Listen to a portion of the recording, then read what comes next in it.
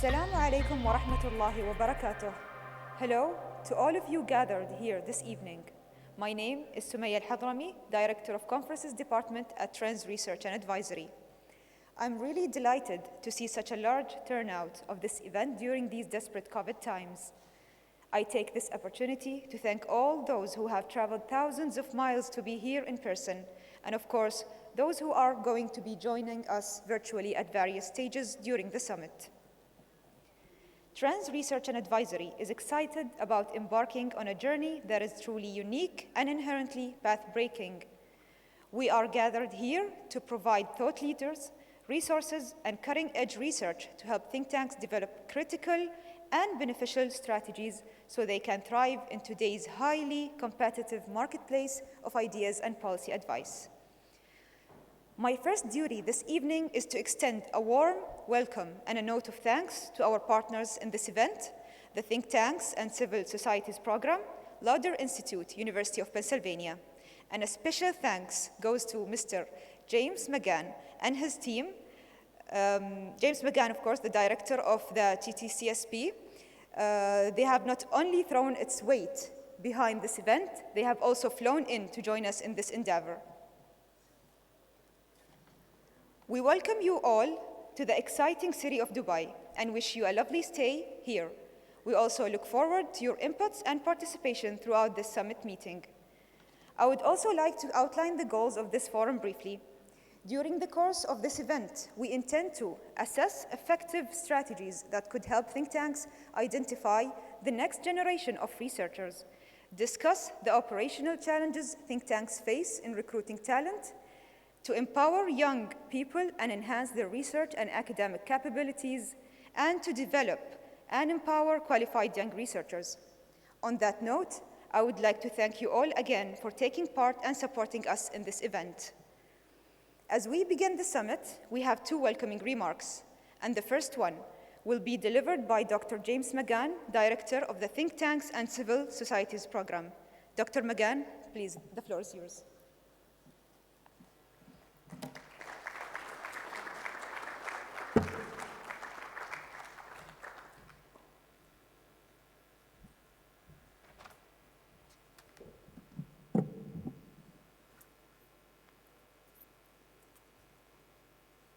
Sorry, I have to find my glasses or I'm lost. It's a problem of being mature here.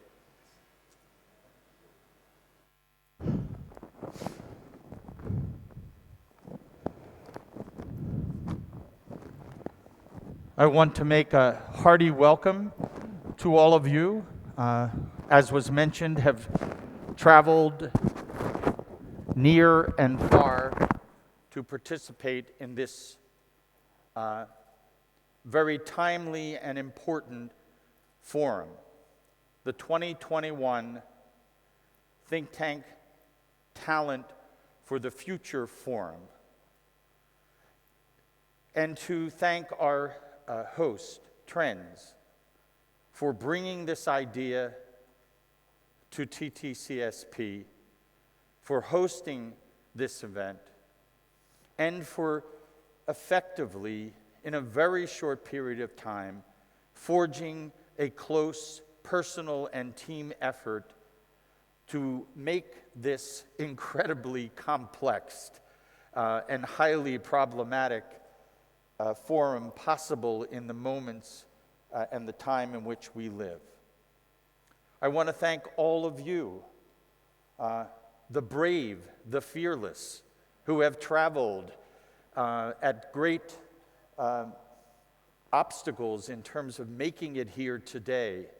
But I said to my colleague from the Egyptian Center for Economic Studies that we must continue to strike out, to prove that think tanks make a difference, that we are willing not only to think great thoughts, but to be on the front lines to help save lives and livelihoods. And at certain times we need to prove the possibility and the potential of think tanks by merely doing, by being together, by saying it is possible. And there are many moments during the 6 months that we have been planning this that we doubted whether we could do it, whether we could move forward. But both institutions persevered, and all of you who have come today are a testament to the importance of thinking through the challenges we face. We have, over the years, had a commitment to the very subject of this forum. And so it was in a moment when Trends presented to me the possibility of doing a summit, a forum on the issues of talent and the future of talent for think tanks. We, 6 or 7 years ago, had a meeting on think tank innovation, and a central pillar of that meeting was the importance of diversity and innovation, the next generation of think tank scholars and executives, something that personally I have been concerned for most of my career. Where are the best and brightest going to come from? How can we assure that we will have vibrant and innovative institutions? We also recently, and many of the women, and I must note that more than any other summit we have had, there are more women at this summit than proportionally, in terms of size of summits, than any other summit we have had in the past. And they are playing vital and critical roles in this forum. We recently had a Women and Think Tanks Summit looking at how do you break the glass ceiling in the ivory tower. We are looking forward in terms of what are the challenges that think tanks face. And once again, this moment that we are in poses very fundamental and in many respects existential challenges to our institutions. And we need to think about how are we going to respond. Clearly, we need to innovate. We need to adapt. But one of the issues that I want to focus on is why do we need to care about these issues?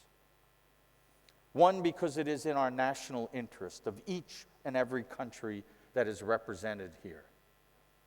Secondly, because we need to be better, faster, smarter, more digital, more innovative, and what COVID has taught us, more agile.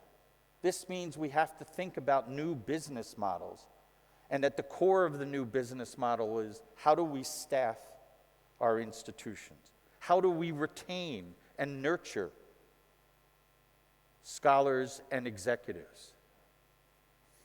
And finally, COVID has certainly taught us and essentially demonstrated quite profoundly and directly the fact that those institutions, because COVID has accelerated and intensified trends that were in play for some time, but really brought them together, crystallized them, and challenged institutions in a way that we had never before thought possible. I thought that the great existential crisis for think tanks would be AI. But it has, and once again, it is one of those things where you don't see it. I did not see a global pandemic and certainly did not see, even though I teach global issues and I said to my students, we are long overdue for a pandemic, a global pandemic, but I didn't, understand, that it would be so near and that the implications would be so disruptive and transformative.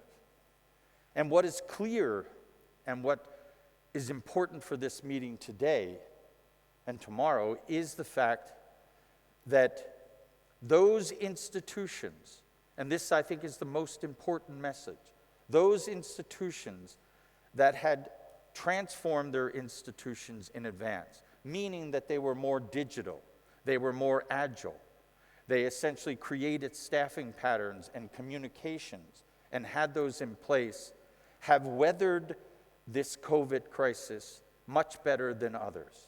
And that's the key message that I think we need to understand. We have an obligation.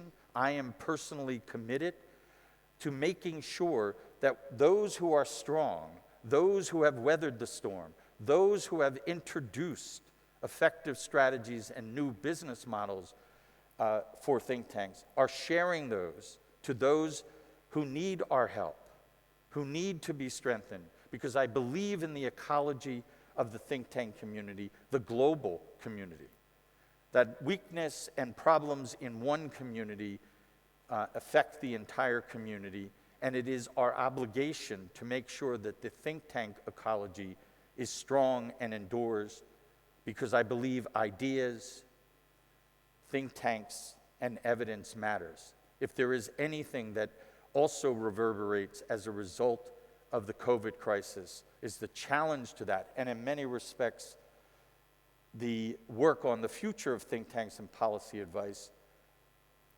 What I envisioned that long before COVID, because I was concerned about the attack on evidence and truth.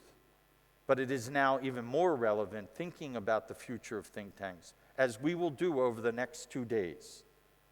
And so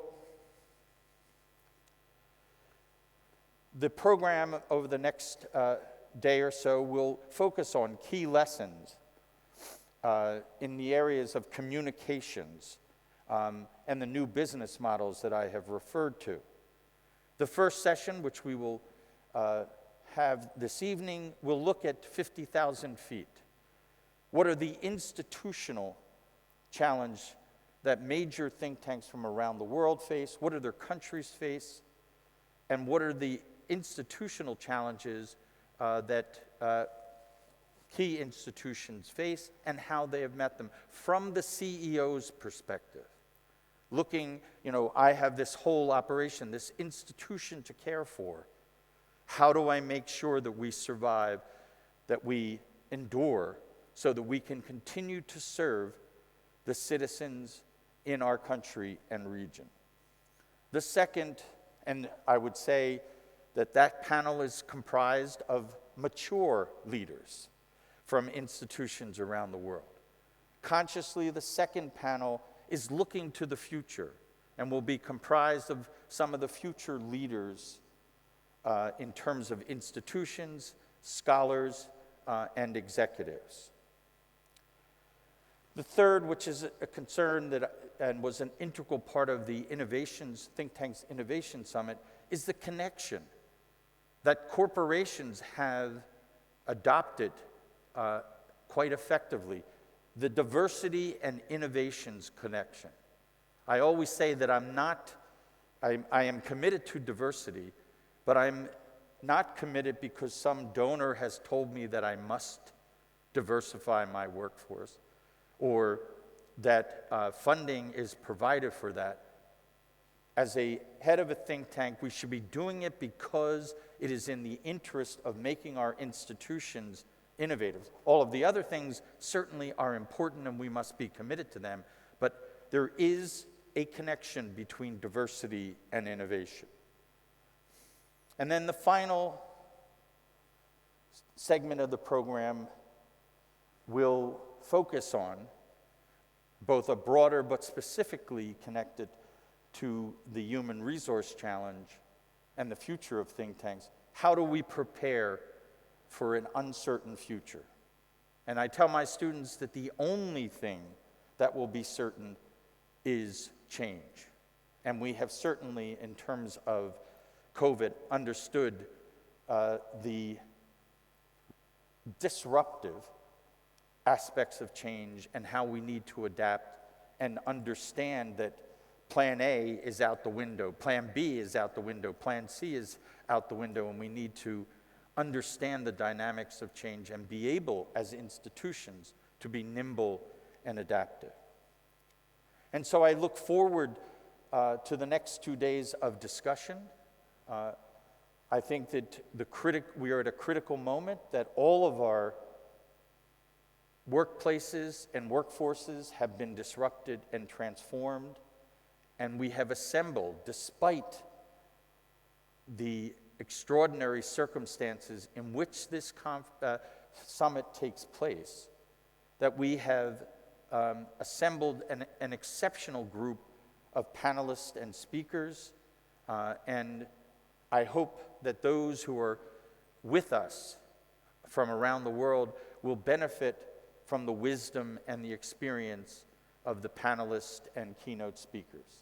Thank you once again. I think we should give you all a round of applause for making it here, for being a part of this exceptional effort and the triumphant effort of Trends in bringing this program off. Thank you very much.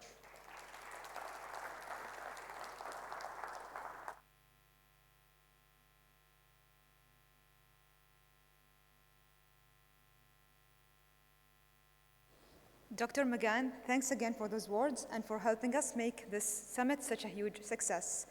I now invite Dr. Mohammed Abdullah Ali, Chief Executive Officer and founder of Trends Research and Advisory, to deliver his welcoming remarks.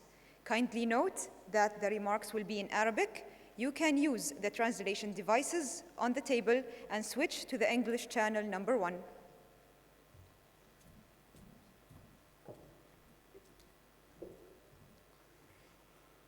السلام عليكم ورحمة الله وبركاته. Peace be upon you. دكتور جيمس ماغان رئيس Dr. برنامج مراكز James الفكر McGann, والمجتمعات المدنية التابع Director of لمعهد TTCSP في جامعة بنسلفانيا. in Pennsylvania السادة University, رؤساء ومديرو المراكز الفكرية heads of think tanks and experts taking part in this forum, distinguished السلام guests. عليكم ورحمة Peace الله be upon you. وبركاته. نرحب بكم في هذا المنتدى We المهم welcome you to this الذي important يقام على أرض forum that الواقع في is دولة organized الإمارات in العربية presence in المتحدة the UAE, متحدين الظروف القاهرة despite all the التي difficult فرضتها circumstances جائحة that were كوفيد-19 imposed by the على COVID العالم pandemic on ككل the world as a ومستبشرين whole. بقرب انتهاء And we هذه hope that الأزمة soon we will see الإنسانية the غير end of this المسبوقة التي unprecedented استلهمنا humanitarian منها الكثير من crisis العبر that والدروس inspired many وعلى lessons, رأسها تأكيد أهمية تعزيز including the التنسيق importance والتعاون of بين مراكز enhancing الفكر cooperation and والبحوث حول coordination between العالم في think طرح tanks around the الأفكار world والحلول in order to والمقاربات propose التي ideas, تساهم في solutions, التصدي and approaches للتحديات that will الحالية allow us to والمستقبلية التي face تحيط present and بعالمنا future البشري challenges that the world وتسهم might أيضا face. في صنع مستقبل أفضل This will لمجتمعاتنا also allow us to have وشعوبنا a better جميعا. future for our communities and السيدات our people as a والسادة whole. أيها الحضور Ladies and الكريم، gentlemen, distinguished تواجه guests, مراكز الفكر والبحوث think تحديات tanks متنامية في أداء face مهامها increasing سواء challenges على in صعيد their التحليل الاستراتيجي mission, whether at the level لكم of من the ضخم من strategic المعلومات analysis because والبيانات of the large volume of المتدفقة data على and مدار information الساعة that flow in ومحاولة around the استشراف clock in المستقبل an في attempt بيئة to من have اللائقين أو على foresight صعيد بناء واستقطاب about the الكوادر future, as البحثية well المؤهلة as to والمزودة recruit بالمعارف qualified والقادرة على talent التعامل مع that have the التطورات needed المتسارعة في العالم capabilities and information to be سواء كان able من to address حولنا في عصر the الثورة fast-paced المعرفية changes in the world. This والتكنولوجية applies to ناهيك عن توفر information مصادر and التمويل technology. التي تساعدها And على another مواصلة challenge أداء is رسالتها in في having خدمة the needed المجتمعات financing وتحقيق in order to طموحاتها في continue التنمية their والازدهار mission to achieve والرخاء their والسلام. goals وانطلاقا من for ذلك peace, جاء حرص مركز development, ترندز and للبحوث prosperity. This والاستشارات is why على التعاون مع Trends برنامج Research and مراكز الفكر Advisory والمجتمعات wanted to المدنية التابع collaborate with لمعهد the think لودر tanks في and جامعة civil بنسلفانيا societies program at وتخصيص the هذا المنتدى Pennsylvania العالمي University in الذي order to ينعقد بالشراكة organize بيننا this forum لمناقشة التحديات jointly. الاستراتيجية This والتنفيذية forum will التي discuss تواجهها مراكز strategic الأبحاث and في استقطاب المواهب executive والاحتفاظ بها difficulties in order وتقييم to recruit talents, الاستراتيجيات retain them, الفاعلة التي and يمكن أن develop the تساعد effective مراكز الفكر strategies to في help think تحديد tanks الجيل in القادم من identifying the الباحثين future وقادة الفكر generation ورعايتهم. of وإذ researchers. نتفق جميعا We على all أن agree الشباب هم القوة that الأهم youth are the الدافعة most لتحقيق important التنمية force والازدهار في behind أي مجتمع من development and المجتمعات prosperity ومن in ثم any بناء الأوطان community to وتعزيز build ريادتها المستقبلية countries وأنهم and الفئة التي help them تملك have a الإبداع leading role. والإمكانيات والقدرة على إحداث They are التغيير the ones الإيجابي who have the بما فيه power خير to induce لأنفسهم positive positive change for their benefit, the benefit of their communities and the world. We all agree that investing in youth and developing their capabilities, as well as working with them hand in hand to push forward growth and prosperity, including engaging them in the development of their countries, is important. This requires that we listen to them, get their ideas, work on implementing their recommendations, and empower them in decision-making positions at all levels. All of this will allow us to collectively achieve our common goals. And the most important benefit in investing in youth is to develop their research capabilities, their critical thinking, constructive criticism, and help them better understand the developments happening around them locally, regionally, and internationally, and to develop their capabilities in order to propose ideas to face the challenges before us all. We should prepare them to be specialized experts that will help us build the future we all aspire to.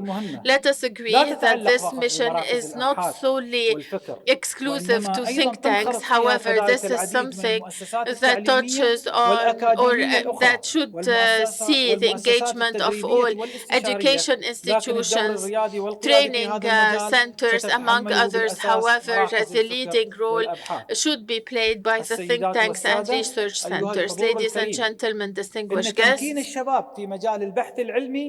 empowering youth in scientific research, developing their talent and capabilities is a high priority trend because this contributes the most to the prosperity of communities. Developing the role of youth will ensure that they contribute in building their countries and in ensuring leadership of these countries. In that context comes the importance that Trends gives to empowering youth in scientific research. This is translated through a number of important initiatives that were adopted by Trends since its inception. And we mentioned, for example, the launch of the Trends Youth Council for Scientific Research, directed or managed independently by the youth in Trends. We also have a youth program that allows the publication of research and studies produced by youth to present their ideas in different regional, international, and domestic issues. Also, yesterday in this hall, we had the first Trends dialogue between think tanks and media, and we had a number of editors of magazines, heads of media offices, and directors of some research centers to discuss two important points. First of all, the cooperation between media and research in order to raise awareness between the youth. And second, we discussed the role of youth in research and media institutions as the world as a whole gives importance to youth and their role in sustainable development. As a continuation of that, we organized today's conference in collaboration between the Trends Research and Advisory and the TTCSP from Pennsylvania University, and this forum focuses on how the youth can be empowered and their role promoted in think tanks around the world. This underlines our commitment to empower the youth, foster their capabilities in research. Ladies and gentlemen, distinguished guests, in conclusion, I can only extend our heartfelt gratitude to our partners in organizing this important international forum, our colleagues from TTCSP and the team lead, Dr. Magan. Through our cooperation, we were capable of overcoming a lot of challenges in order to organize this forum. And I would like to thank the great team of Trends that worked diligently to ensure the success of this forum. إلى كافة I would المراكز like also البحثية to thank والخبراء all think والمتخصصين tanks, المشاركين في experts هذا taking المنتدى part in واثقين this بأن أفكارهم forum. We are sure that وتصوراتهم their ideas, their وطروحاتهم visions, التي and their ستطرح في دراساته propositions المختلفة that we will be ستسهم في collecting تحقيق الهدف during الذي the نصبو إليه sessions of من this تنظيم forum هذه will help الفعالية in المهمة organizing, على أرض دولة in الإمارات achieving the العربية goal المتحدة. of this forum والسلام عليكم organized in ورحمة the الله UAE. Thank you وبركاته. very much for your واسمحوا لي أن attention, أرحب and allow معكم me with you بسعادة to بمعالي welcome زكي أنور His نسيبة Excellency Zaki المستشار Anwar الثقافي Nseba, لرئيس دولة the الإمارات Cultural العربية Advisor to His المتحدة Highness the والرئيس President الأعلى and لجامعة Chancellor of الإمارات the العربية UAE المتحدة. University. فليتفضل Sir, the مشكورا floor is لإلقاء yours كلمته for the الرئيسية في opening هذا remark. المنتدى. شكرا لكم جميعا. السلام عليكم ورحمة الله وبركاته. Ladies and gentlemen, dear colleagues, good evening. It gives me great pleasure to address this forum today and to make some opening remarks.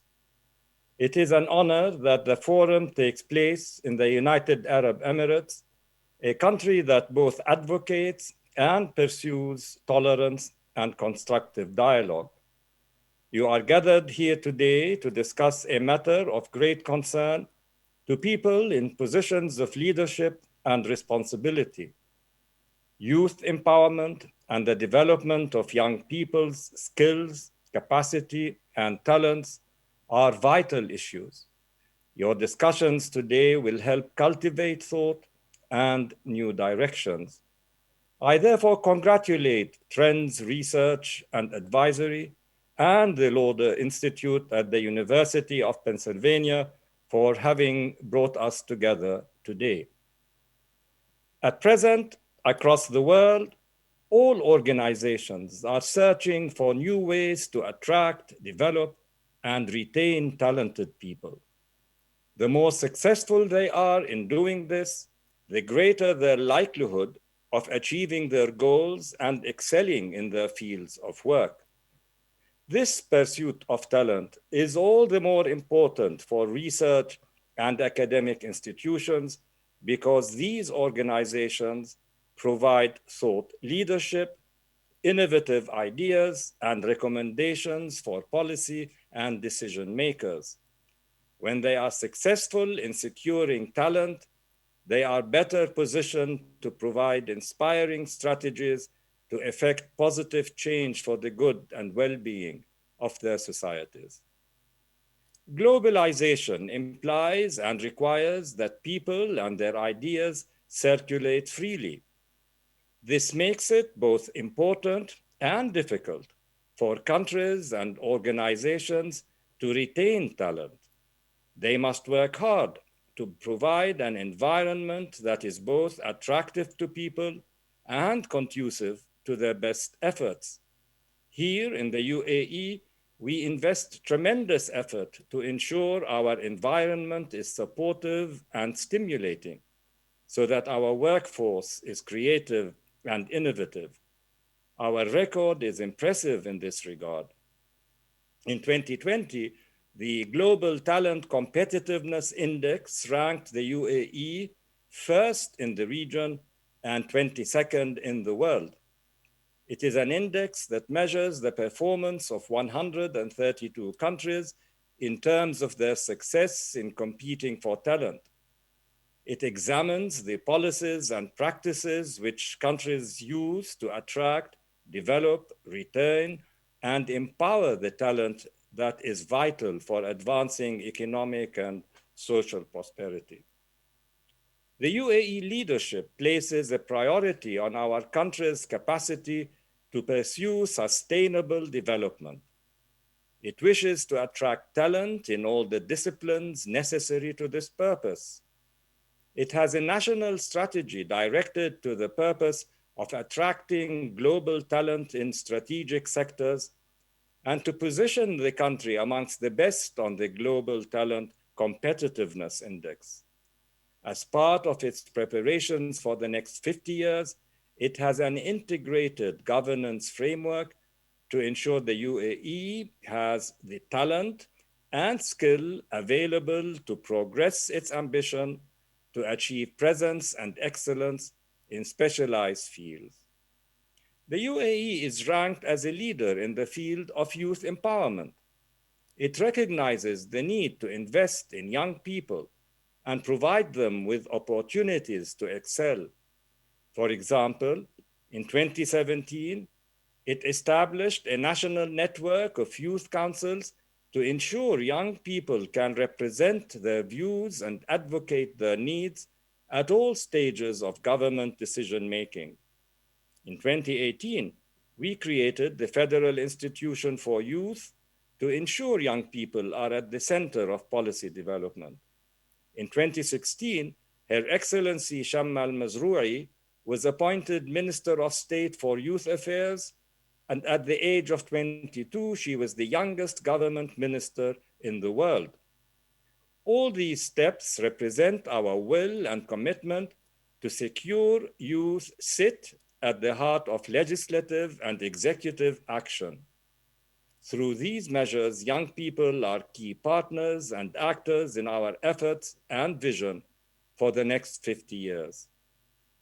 Arab countries across the region now look to the UAE for guidance in developing their own strategies. The UAE has secured a reputation as a model for economic security, attractiveness to business, and social well-being. It is a reputation of which we are very proud. The process of attracting talent must go hand in hand with the process of discovering, motivating, and developing Emirati talent. Therefore, it is essential that we empower our national youth and enhance their knowledge and skills in all fields. This challenge lies first and foremost with the education system and its universities, think tanks, and research institutions. Schools and universities are the cradle for nurturing talent, for developing basic and advanced skills, and maximizing the potential of future generations. These institutions build both knowledge and the values necessary for wise application of knowledge in practical situations. It is also necessary to establish research centers and engage young people in them so that their imagination and bright ideas coincide with those who have extensive theoretical and practical experience. Universities are the engine for sustainable development and the knowledge society. They are the place where our national youth are trained and enabled to innovate, create, and transform ideas into programs of research and applied practice that seek to improve social and economic well-being. Universities need to identify practices that are effective in building partnerships between themselves as the academic sector and the public and private sectors. Through this triple helix system, young people grow through a productive encounter with education, ethics, and entrepreneurship. We must provide financial incentives to universities to stimulate research and public-private partnerships, to encourage entrepreneurship and startup programs, and to promote training in research, leadership, and management. Our postgraduate students should be enabled to participate in international exchanges with researchers and research institutions and to interact with the private sector. We look to universities to participate with think tanks and research institutes in the establishment of internships and talent development initiatives. Such programs will enable young people to interact with senior researchers and thought leaders, and to develop awareness of what is required to work in policy development. Young people will have the opportunity to develop qualitative and quantitative research skills and to grow to understand how research informs policymaking. Your work at this forum is therefore of the utmost importance. Thank you for inviting me to address you at the beginning of your session. I wish you all the success in your endeavors to secure youth empowerment and to develop their skills in research and innovation. I look forward to hearing of your strategies to ensure young people are positioned to contribute to the development of the future of their own countries. Thank you. Wassalamu alaikum wa rahmatullahi wa barakatuh.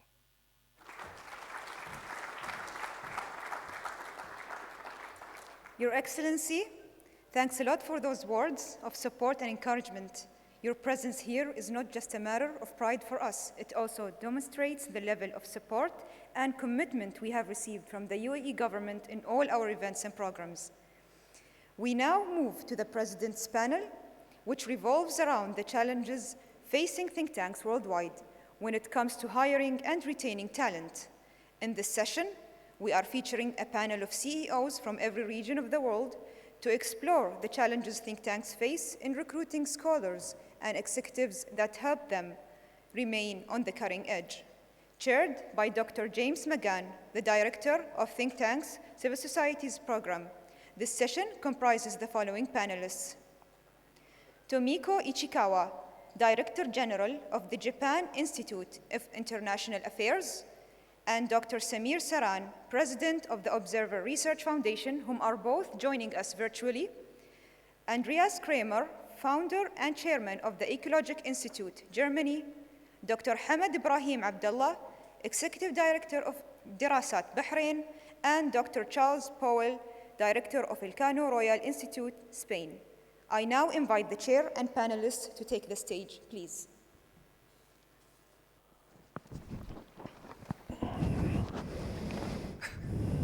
Tomiko and Samir, I'm very pleased to see you as we embark on the first segment of the program.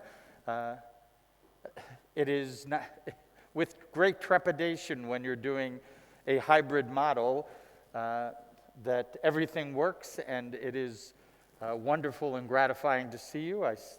Our other panelists are already here, and since it is late for you, I will go in the order.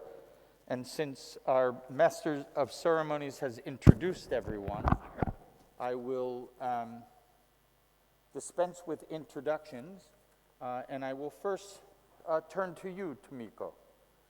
JIA is the Japan Institute for International Affairs in Japan. And Tomiko, the objective is for each of the panelists to give us a perspective from the Chief Executive Officer at a range of institutions around the world. What are the challenges faced in terms of recruiting, retaining the best and brightest and the next generation of think tank scholars and executives? So without further ado, Tomiko, please. Thank you very much, Jim. And first, I'd just like to say how much I'm honored and delighted to be part of this panel with such distinguished members at such a distinguished forum. Before starting my points, can I ask Jim just a short question? Because our session is slightly shorter than the probably original schedule. How long should I talk right now? I would say diplomatically as long as you want, but 8 minutes. Right. I'll try to limit myself to within 8 minutes or even less. So again, thank you very much for inviting me to this forum and to this such a distinguished panel. I'm not quite sure if I can cover all the questions that you asked, but I'd like to mention maybe 3 types of challenges that we face at the Japan Institute of International Affairs, and then 4 ways to address them very briefly. 3 challenges. Actually, I think this is not unique to us at Japan Institute of International Affairs, but more or less common to independent think tanks in Japan, except for those that can rely on the wealth of the particular company or foundation, which are not many. And I think some of the points that I'm going to mention may be also common to some think tanks around the world. So I'll just dive into 3 challenges. Challenge number one, in Japan, including ours, most think tanks have relatively small number of staff members, including researchers, and do not have clear career paths for their entire career, which means that for internal staff, there's certain seniorities among them, but there is kind of no lifelong career development as they can expect in the case of universities, where, for example, the researchers can start as assistant and to become assistant professor, full professor, dean, etc. There is no such career path. And also, without any disrespect to all my male panelists, traditionally, many of the Japanese academia is male dominated, even in social science, although the situation is changing rapidly. That is challenge number one. Challenge number two, traditionally also, there is no so-called revolving door between the government service and academia in Japan. So there is some efforts to increase mobility in both directions, but it's not systematic, which means that most researchers that we are trying to recruit or retain are from long-term academic background without government service or business experience. So they remain in academia. That is a challenge number two. Challenge number three, there is a strong academic tradition to value expertise in narrowly defined areas. But today, policy-related or policy-oriented research needs to be more and more interdisciplinary. For example, when we discuss US-China relations, we cannot limit our agenda to only political area or security, military, like traditional ones. We have to cover high-tech, climate, or COVID, all these areas to discuss US-China relations. And for example, when we discuss the Indo-Pacific region, which is a kind of very trendy word, we need to look at regions coming from US to Northeast Asia, Southeast Asia, to, of course, Middle East and Eastern Africa. And also thematic areas have to be covered very widely. So this is becoming more and more interdisciplinary. So how to address these three challenges? We have not found any magic formula or fundamental solutions, but we are trying to address these challenges in various ways. I just mentioned four here very briefly. How to address challenges number one. First, we have been strongly encouraging interdisciplinary collaborations within our internal researchers and also between research groups and outside experts. For example, we start to issue strategic annual report, which is now JIA's flagship publication. More and more, it is becoming interdisciplinary, kind of making our researchers need to collaborate with each other, not just focusing on their narrowly defined areas. That is one. How to address challenge number two? We are making sure that our staff, including researchers, understand what their career path may be in the institute and what possibilities they have outside, and try to encourage them to establish their own contacts and skills. So we encourage them to actually, as I do today, to participate in many outside events to expand their contacts, develop their careers and skills, so that they may be able to find other ways after maybe some years with us to further develop their career in other institutions or particularly in universities. And how to address challenges number three. We are making these years very conscious effort to nominate young researchers and female researchers for various research project groups and ad hoc events, and in particular in new and interdisciplinary areas.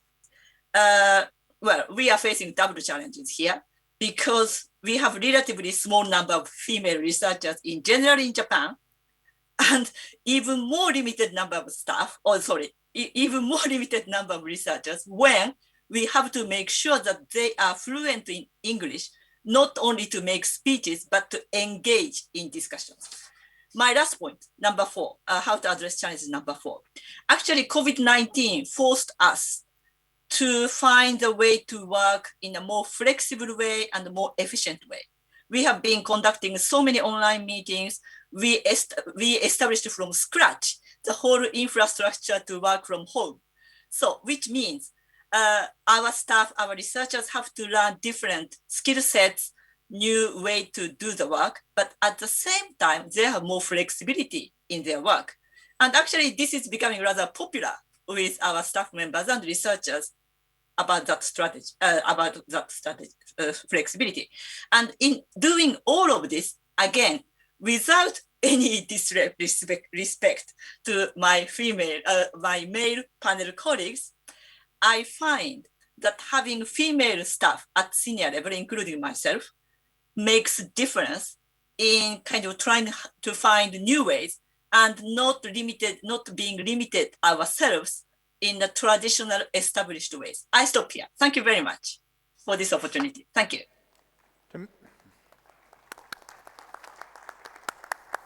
Tamika, thank you very much. A number of issues are now on the table. It's wonderful. I encourage the participants in the audience to think of questions that you want to ask, and for those who are with us virtually to put your questions in the chat, and we will hopefully get to them. We will have a round of presentations by the panel, and then some follow-up questions, and then some questions for the audience.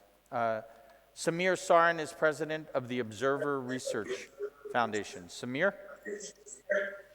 Thank you, Jim, and congratulations to both the Trends Institute and to you for putting this together. And clearly you are brave and fearless for making that trip across the Atlantic and hosting this very important gathering at this time.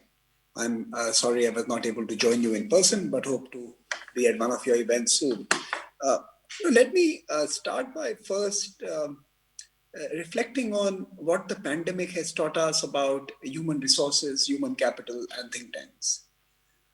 My simple one-line summary would be that think tanks now need to have soul. They need to be a great place to work. If all of us are going to be working from the screens and are going to be working from home and are going to be digitally connected, we will have to offer a unique proposition to be that special place people want to work in. Being on a screen is something that any institution can offer any individual. We will have to offer something more. And I think the pandemic tells us that we have to be institutions that care. We need to care for our resources. We need to ensure that they are looked after. We need to give them assurances that we stand together. And certainly, institutions that cared during the pandemic for the workforce are institutions that have done well. You were right in suggesting, Jim, that adaptation to technology was important, and think tanks that had done it did well. But I would also suggest think tanks which were deeply connected and were like families and were like communities also survived and worked together and were able to navigate these choppy waters. In fact, are still navigating these choppy waters. So we need to be institutions with a soul, and it is important that head of institutions, presidents, CEOs, essentially imagine themselves as HR managers. Today, our job is not to manage office buildings and infrastructure and hardware and budgets and expenses of travels and hotels. It is to keep the human motivated. It is to keep the human capital nourished. It is to keep them in their best form. And the first suggestion is, if we have to retain and attract talent, we have to imbibe new skills. We have to learn to work in a very different world, and we have to relate to people at a very different level to be able to engage with the teams that are working at distant locations. The second, the work from home experience and the digital experience suddenly opens up the market space. Each talent in each of our geographies is available to anyone around the world. And therefore, you are now no longer competing only to hire talent from an Indian pool for an Indian organization, but actually from an Indian pool which is being attracted by the global organizations. And therefore, you have to think global. You can no longer be a national institution anymore. You are part of a much larger pool, and you are able to tap into talent that is in distant lands, and talent closer to your geography is going to be embraced by others. And therefore, whether we like it or not, we are all global institutions now. We are competing in the global marketplace of ideas, and human capital is a global resource. We will have to make offerings that are globally attractive. And I mean salaries, I mean work conditions, I mean care, I mean support, and I mean opportunities. So in some sense, we are no longer Indian institutions in Jim McGann's table, but we are now global institutions in that first list that Jim comes out with, even when we compete for human resources. So I think that is something that we have to reorient in our own thinking, in our own processes, in our own institutional architecture, if we need to do well in this post-pandemic and the ongoing period of transition. The third, the talent that we seek is very different now. I think if we are all honest, and I can see a lot of my friends and colleagues sitting next to you, Jim, if we are all honest, we will admit that we were all incrementalists. We were defenders of the order. We were, in many ways, the crafters of the old order. And therefore, we find it very difficult to, in many ways, be part of an exercise that is going to demolish some of the old assumptions. And incrementalism and think tanks were deeply interlinked. I think think tanks have to be far more bold and far more progressive in embracing disruptions and change, and only then will the young, energetic talent be attracted to them. If we are going to behave like the defenders of the old faith, the young that are restless, that are in distress, that are sometimes angry, and that are mostly hungry and aspirational, will not be attracted to institutions that are seeking to prevent some of the structural and systemic changes that may be upon us in the coming years and days. So think tanks will have to be nifty, disruptive institutions themselves, and will have to arm themselves with the talent and energy that is going to be part of this new age, certainly this new decade, which might be quite transformational. So transformations require new energy, and to attract that new energy, you need to be willing to shed some of the old shibboleths and embrace some of the new realities that are upon us. So our mission statements, which were linked at incremental change based on data and deep research, may be in for a bit of a rocking in the post-pandemic world, and we will have to think about it. Fourth, we were, Jim, you had this meeting 2 years ago, and I remember saying this, that we have to defend research. Old-fashioned, good, deep research is important. And I still believe that that is going to continue to be at the core of any think tank's work. We will have to dig deep, and we will have to come forward with appealing policy propositions based on that deep research. We are defenders of good research that translates into great policies, but we'll have to communicate it very differently. We are no longer in a world where we will have the privilege of sitting in a huddle of 100 people, 30 people, 70 people, and closed room meetings and briefings, etc., etc. We will have to find new grammars, new tools, new mediums to communicate changes in ways that are exciting, stimulating, and can galvanize a new genre of influencers who are no longer part of your think tank systems or political systems or policy systems, but are the Greta Thunbergs on the street, or young activists who have more followers on Instagram, etc., etc. You may or you may not disagree with them, but you will have to engage with them because they have a voice louder than many others, and you will have to get your message to them, and getting your message to them requires a whole new grammar, which we will have to develop as think tanks. And therefore, I think the talent that is able to help you deliver these messages is the talent that you should seek to be including in your think tanks of the future. You need to be Insta-friendly. You need to be friendly with all the new mediums that the world communicates in, and you have to certainly create a format of comms which is different. And finally, Jim, I know I'm running out of time, but I just want to make one more point. And finally, I think the domains that are exploding, that require urgent attention, are very different and very new. Most of those who today manage think tanks and reside in think tanks would never have had to think about lethal autonomous weapon systems and emerging technologies and big data and deep fakes and synthetic truth and fake news and everything else in between. And therefore, when these new domains have emerged on the horizon as the key political policies, society, and economic challenges, we need a whole new cadre of experts. They necessarily may not reside in universities. They may not come out of public policy schools. They may not go to international relations colleges. We will have to hunt for a whole new cadre of programmers, of thinkers, of sociologists, of doctors. Depending on the domains we want to engage with, we will have to hunt for those who understand that domain. And we will have to, in some ways, upskill them so that they can correlate it across disciplines, like the previous speaker was mentioning. We will have to take a specialist and imbibe him with the skills of a generalist. And we are going to have this new hybrid soldier in think tanks that is going to be able to work across domains. And in many ways, we will have to make this process exciting, because every ad agency, every media house, every corporate communication department of in the business world across the world wants the smartest Indian. And if I want to get that smartest Indian, I'll have to give him an exciting proposition. I hope that you will stay with us for the remainder of the program, and I'm certain that there are questions already.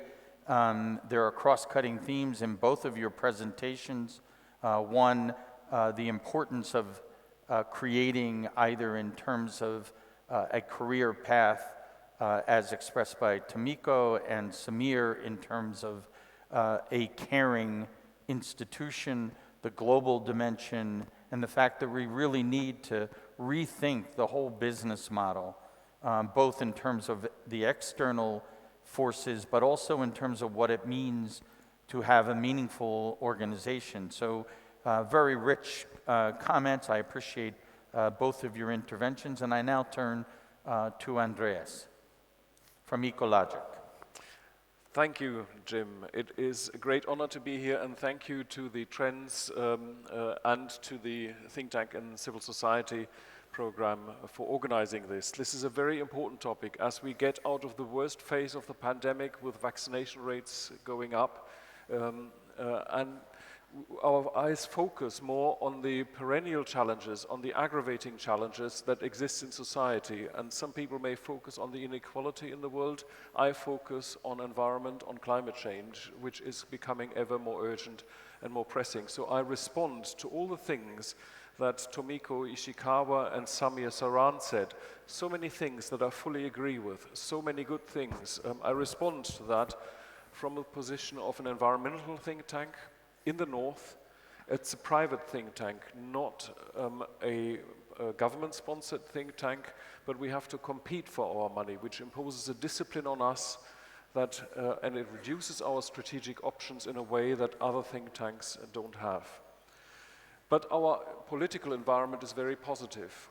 The headquarters is in Berlin, and after 16 years of Angela Merkel at the top, our climate chancellor, we are envisaging after the election in September a massive change.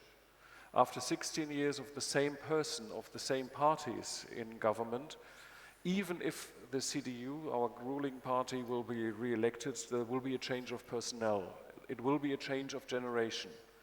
And Tomiko Ishikawa said there is no revolving door in Japan. There is no revolving door in Germany either.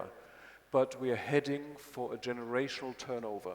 We're heading for the retirement of a whole generation of politicians, and the ranks in the political parties, in government, in the ministry administrations have to be replenished. So we expect them to come and recruit from our staff. I expect for the first time that we will have a loss of between 5 and 15 senior staff, senior executives, but also program leaders. Because where do the younger people come from that have enough experience to be able to serve in government, but are young enough in order to be fresh, and that are female? Because there is a very strong preference for female candidates, and we have a high number of female senior staff. So for the first time, that is a challenge that we face, and we're preparing for it. And I know that other think tanks in our situation do the same. Everybody is preparing succession, which is difficult to do if you know it might happen, but it can't happen. But in an environment like that, where the Green Party is now considered to be part of the establishment and part of the conservative part of the problem, we now have the emergence of a new political party that wants to put the fire under the Greens and wants to push ambition on climate action in a way that the Green Party just is no longer seen as capable of doing. In a world like that, Ecologic Institute is in demand. The politicians want to know from us how to manage the transition towards sustainability, what works politically, what doesn't work, what they can learn from other countries, how they can cooperate with other countries. We don't have to go and open doors in order to influence politicians. They come to us, and the same for business people and university leaders. And young people want to work for us. We get more unsolicited applications for jobs than we have places for. So our strategy for recruitment, Jim, is screening and filtering, keeping out the ones that we don't want and picking out the ones that really have promise. Because what you want in a think tank are not people who have streamlined their career, that know today where they want to be in 5 years' time, in 10 years' time, in 20 years' time. We want people who are ready to meet the demands of the moment, to listen to what society needs and then find an answer. So rather than finding people who are organizing their career and go through university with good grades but as fast as possible, we're looking for the people who have a break in their biography. It could be because of their parents moved around too much around the world when they were young and they were sent from one school to another. They got absorbed many different perspectives. It may be that they started studying physics and then became a philosophy teacher. It doesn't matter to us, but they changed direction. They reflected on what they wanted to become, they changed their mind, and they showed flexibility. Those are the people that will succeed in the longer run. They will be much better than somebody who has the best PhD of the university of that year. Basically, it is that versatility, that curiosity, that risk-taking ability that we're looking for. We do have problems in some areas, and I want to focus on one of them, which is IT services and web. We all recruit scholars and executives, but we also recruit essential professional support staff. And we have difficulties because we can't, with the limitations that we have, we can't pay the sort of salaries that good IT experts and good web designers can command. But we need them in-house. So we need a strategy for getting them. And one of them is we engage in vocational training. We get school leavers that have an interest in learning how to run IT systems, who've been fiddling around with that as children anyway, and they want to learn that. They go to technical college 2 days a week. They work with us 3 days a week, and for 3 years they get training. Practical training from us, theoretical training from the technical college. They have an instructor that helps them with their projects. These instructors become advisors to us. After 3 years, they have a recognized qualification, recognized by the Chamber of Commerce, and we can choose to keep them, retain them, or let them go when they will go to another organization where we can contact them for cooperation if we want to at some future point in time. We invest in them as we would invest in the scholars. We also invest in scholars. We do that. We recruit many people for exchange programs, for career enhancement programs. This is part of the fun of doing the think tank, you placing the bets on young people and then helping them grow. We do that, and that was disrupted during the pandemic. Our vocational training was not disrupted in any way. On the contrary, we were able to offer more places, and there were more people taking them up because other organizations, including businesses, dropped out of that. And the last point I wanted to say is that we focus on recruitment.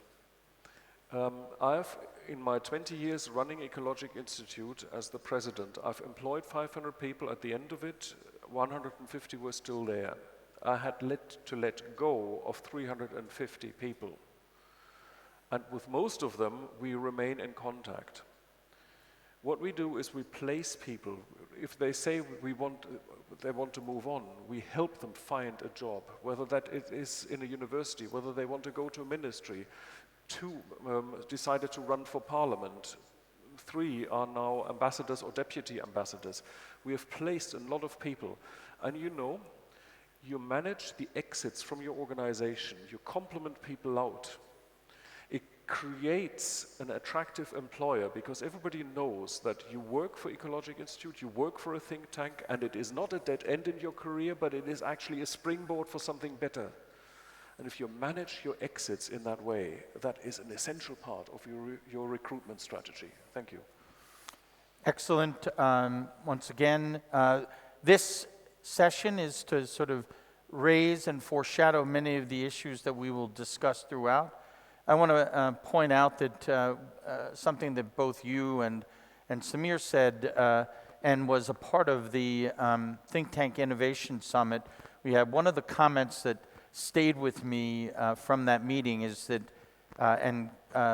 something that both you and Samir said that sparked it for me is that every think tank should have a resident skeptic or iconoclast, as someone who is challenging not only the wisdom and thinking of the institution, but in terms of policies. I mean, really, our value added is not reinforcing the policies that exist, but essentially providing constructive criticism and advice around key policies.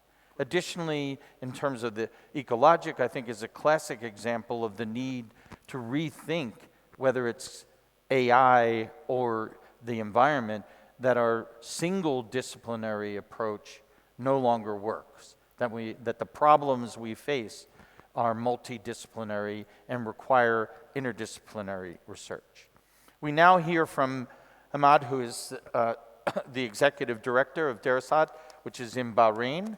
And I take this opportunity, he's coming to the podium, and while he's doing that, take this opportunity to announce that the 2021, I should say, since I'm here, inshallah, that will be in December 6th and 7th in Bahrain. The Middle East and Global Summit will be there. In addition, there will be the European Summit in November, which we hope will also be in person. So, Hamid. Thank you very much. Your Excellencies and honorable guests, I would like to begin by thanking Trends Research and Advisory in the United Arab Emirates and the Think Tanks and Civil Societies program at the University of Pennsylvania for hosting this important event. Dear guests, think tanks are not a new phenomenon, as they have always been closely tied to international relations.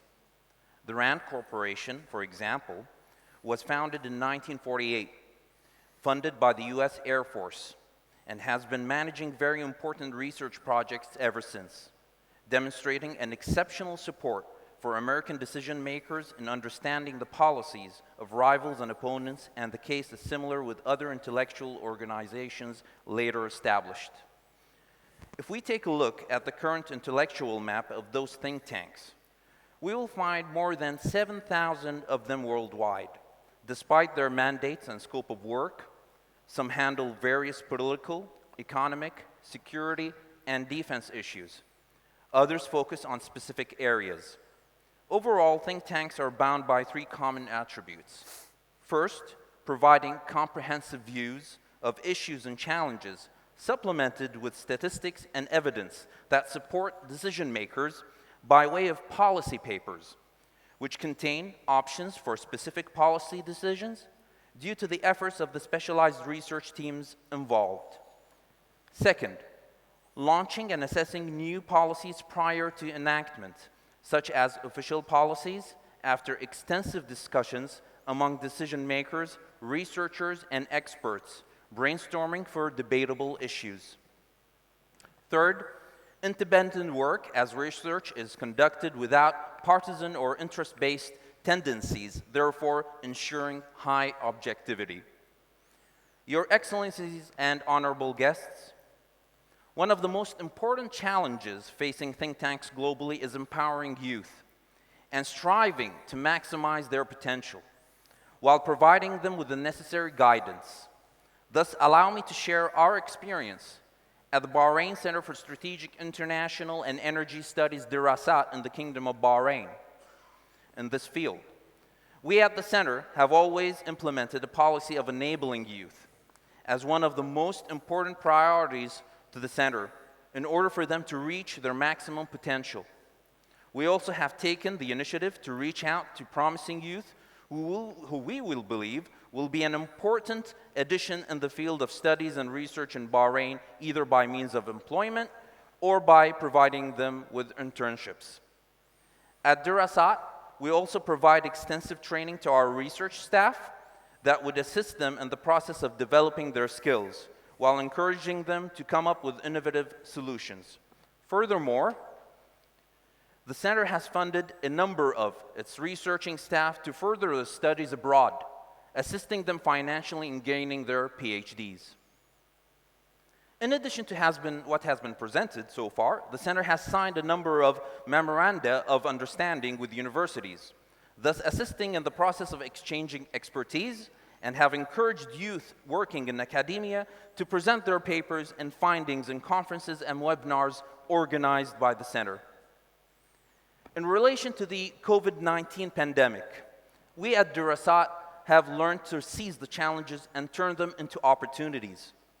We have thus utilized our scholars and launched joint work with the United Nations Development Program to study the socio-economic impact of COVID-19 in Bahrain through a series of initiatives that were brought forward by promising youth working at the center.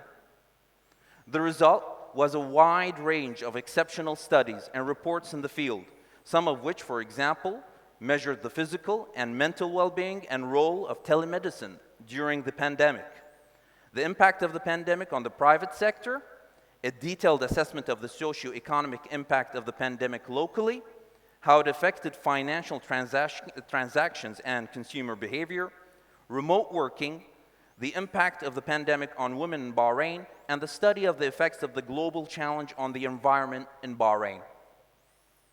In addition to a wide range of other reports and opinion polls related to the matter. Moreover, we at Dirasat dedicated our third annual forum to the topic, as we titled it, The Role of Think Tanks in Supporting National Efforts Combating the Coronavirus Pandemic as an Example. All these efforts were made possible through the center's youthful research and study staff who worked diligently during these challenging times.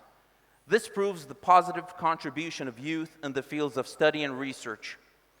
Such activities raise the profile and reputation of Dirasat on a global scale based on the Global Go-To Think Tank Index, maintained annually by the Think Tank and Civil Societies program at the University of Pennsylvania, where Dirasat Center achieved a 19th rank advancement in 2 years, reaching the 23rd place in MENA region in 2020, and the 7th place in the Arabian Gulf region in the same year, from 11th back in 2018. This competitive progress among hundreds of global think tanks was the result of successful framework and effort. Fellow participants and honorable guests, given the important role of the think tanks, not only in supporting decision makers, but also as the state's soft power, they face numerous challenges, and if I may sum them in 5 main challenges. Number 1, funding. Despite the allocated budgets for independent think tanks, and given their mission of releasing periodic publications and reports and organizing events, they most likely require more funding. Number 2, the quickening pace of regional and global events, the developments of which change think tank plans, and the COVID-19 pandemic is a primary example. Third, the need for think tanks to work in a comprehensive and unified vision under holistic research umbrella.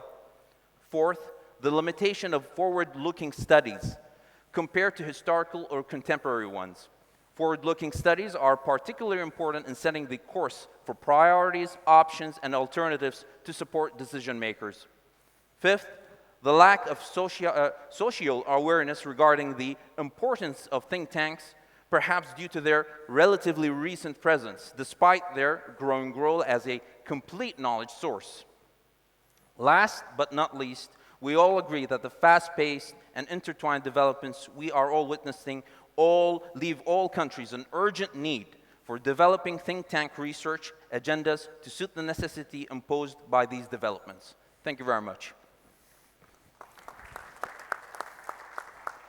Hamid, thank you very much.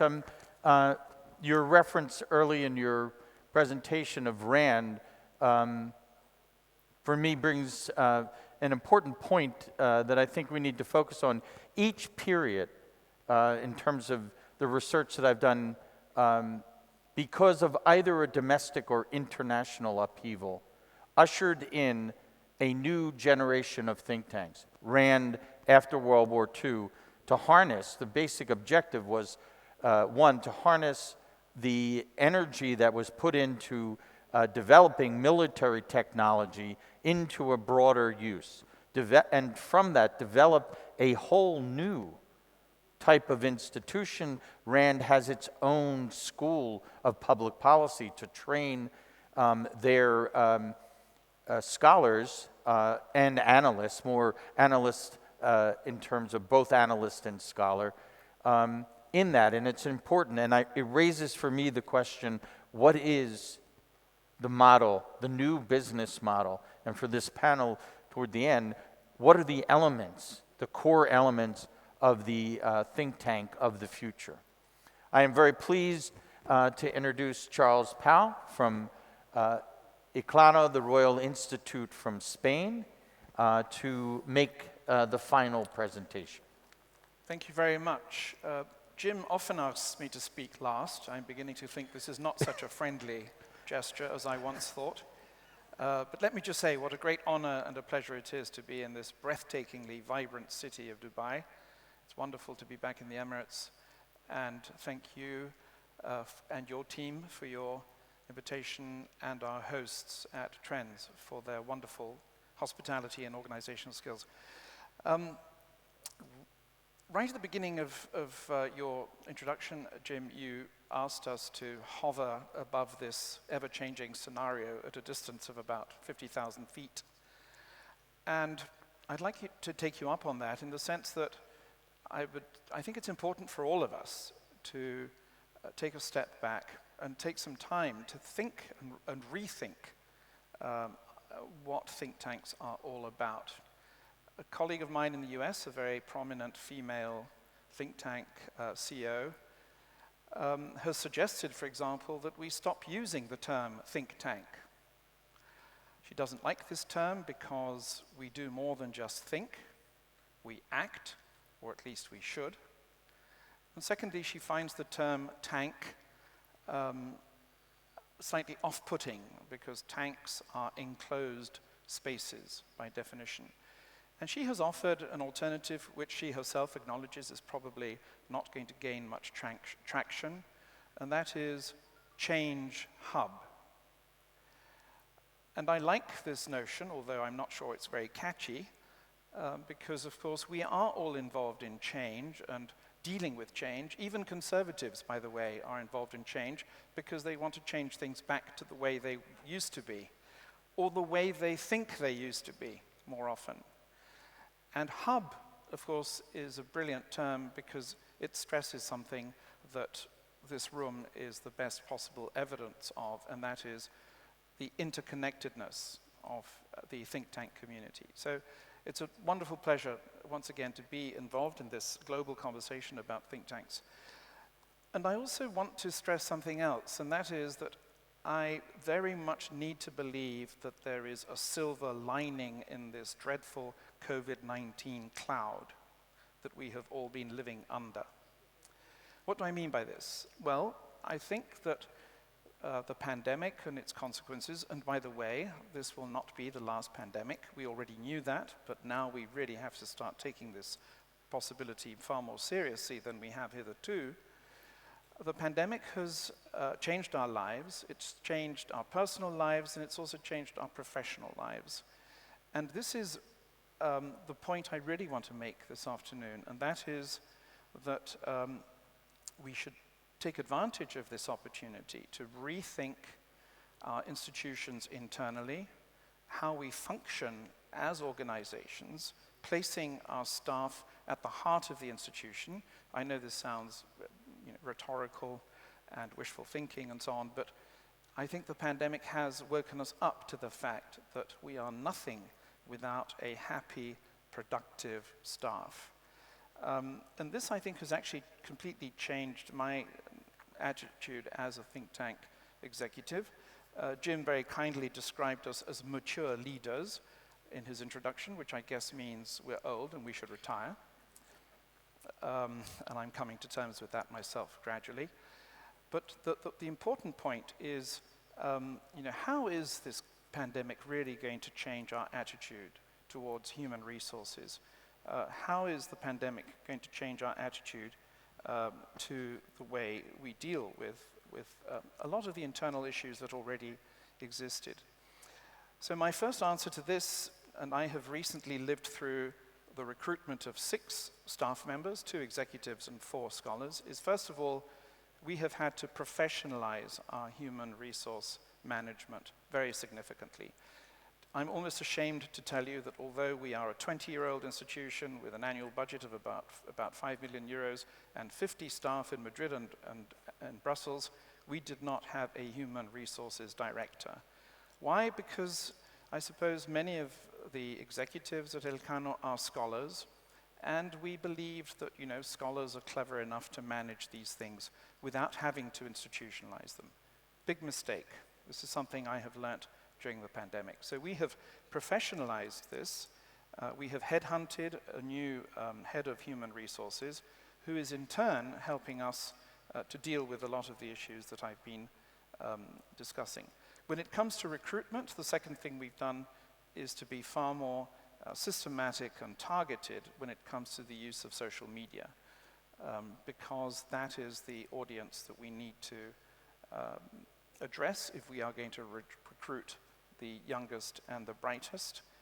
And in connection with this, given that there are hundreds and thousands of brilliant young Spaniards who've done their PhDs abroad in the States, other parts of Europe, in Latin America, elsewhere in the world, we are appealing to the Spanish diaspora. In other words, we are recruiting all over the world to try to bring back this talent which our country has exported over the years. And I think we owe it to them. It's part of our social responsibility as Spain's most important and largest think tank.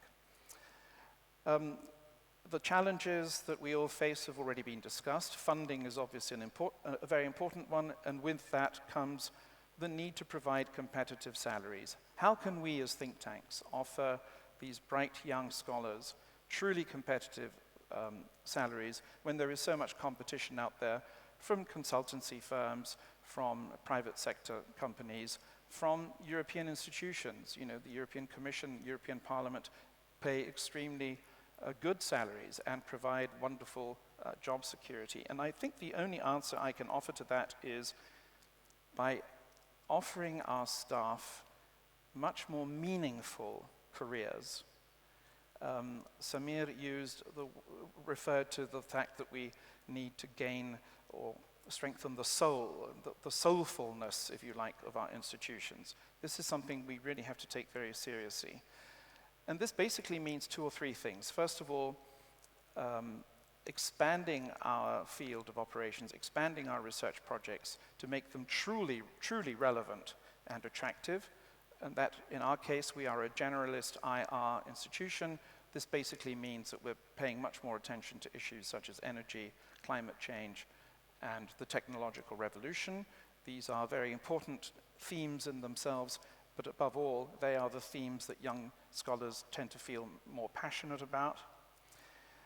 we have to introduce new technologies within our institutions. We talk about artificial intelligence, and we should begin to learn how to use artificial intelligence within our own institutions much more than we have been doing. Much more friendly working environments. And this has all sorts of implications in aspects such as gender issues, but also to provide a more equitable environment. I'm fascinated to notice, Jim, that Brookings, an institution we all admire, has recently acquired a trade union. Isn't that a wonderfully revolutionary 21st century concept? The staff at Brookings are unionizing. Now, I don't necessarily want to set the cat among the pigeons here. I can see some worried faces already. But only 7 or 8% of the US staff who work in third sector institutions are unionized. And if the young scholars at Brookings are unionizing, this is very worrying and troubling to me. This suggests that there is something deeply wrong with our institutions, or institutions like ours, which the pandemic has probably brought to the surface more clearly than ever before. In other words, therefore, I'm thinking really quite hard about how to offer our staff a more meaningful professional career. And finally, and of course that includes a more satisfactory work-life balance. And finally, Jim referred to this, and so did Andreas. Our mottos should really be renew or die. It's really about institutional self-preservation. Good think tanks, like good organizations, I would imagine, in any walk of life, need to offer, if you like, intergenerational variety, intergenerational pluralism. We need older people. Normally they tend to end up at the top of the pyramid, organizational pyramid, and we constantly need to renew this generational pyramid by bringing in young blood. And this, I think, is more urgent than ever now. First of all, because these young people really do have skills that we oldies do not have. I'm talking basically about two kinds of skills, tech and communications. These skills come naturally to this younger generation, and it would be absurd not to profit from that. And secondly, as most importantly, and I'll conclude here, the point that Andreas was making, and that Jim was making as well. It's not just one iconoclast or one person who should constantly challenge the received wisdoms on which we have been relying for so long. All of our young people to have to be iconoclasts to some extent. If we really want them to think outside the box and produce original thinking. And to conclude, we didn't see this coming. Okay, we did not see this coming. We theorized about it. It's present in a lot of national security strategies, but we as think tankers failed to act on this. And I think our younger generations are very much aware of that, and they will hold us to account. Thank you very much. I'm going to pose a question for the panelists and give them some time to respond, and then I'm going to, prior to their answering the question, open it up from questions from the audience, since you have been listening, and it's been a very rich discussion, so I'd want to give you the opportunity to raise some questions for the panel or just generally. A question should be in the form of a question, not a speech, and should be brief and to the point. But first I want to touch on something that was mentioned in terms of our first panelist, which is the revolving door. I think traditionally, and I want to clarify what is the revolving door, it's something that is deeply embedded in the American political system and think tank landscape, where individuals seamlessly move from think tanks into government and then back again. And generally, and what I would suggest, building on Tomiko's observation, is that we should have a broader view of the revolving door, meaning that it should not be just scholars who go into government and then back to a think tank, but we really need to look at a broader set of professions that really help meet the new challenges we face. One of the things that's happening as a result of changes in the marketplace for journalists is that large numbers of journalists have now migrated to think tanks, which has been very productive for think tanks. So one of the most successful is a gentleman named Steve Weissman, who was a journalist for the New York Times and had the unenviable job of moving to the Peterson Institute for International Economics and to, God forbid, have economists make sense out of what they've written for the general public, which was not an easy task, but has been incredibly effective in helping transform the organization.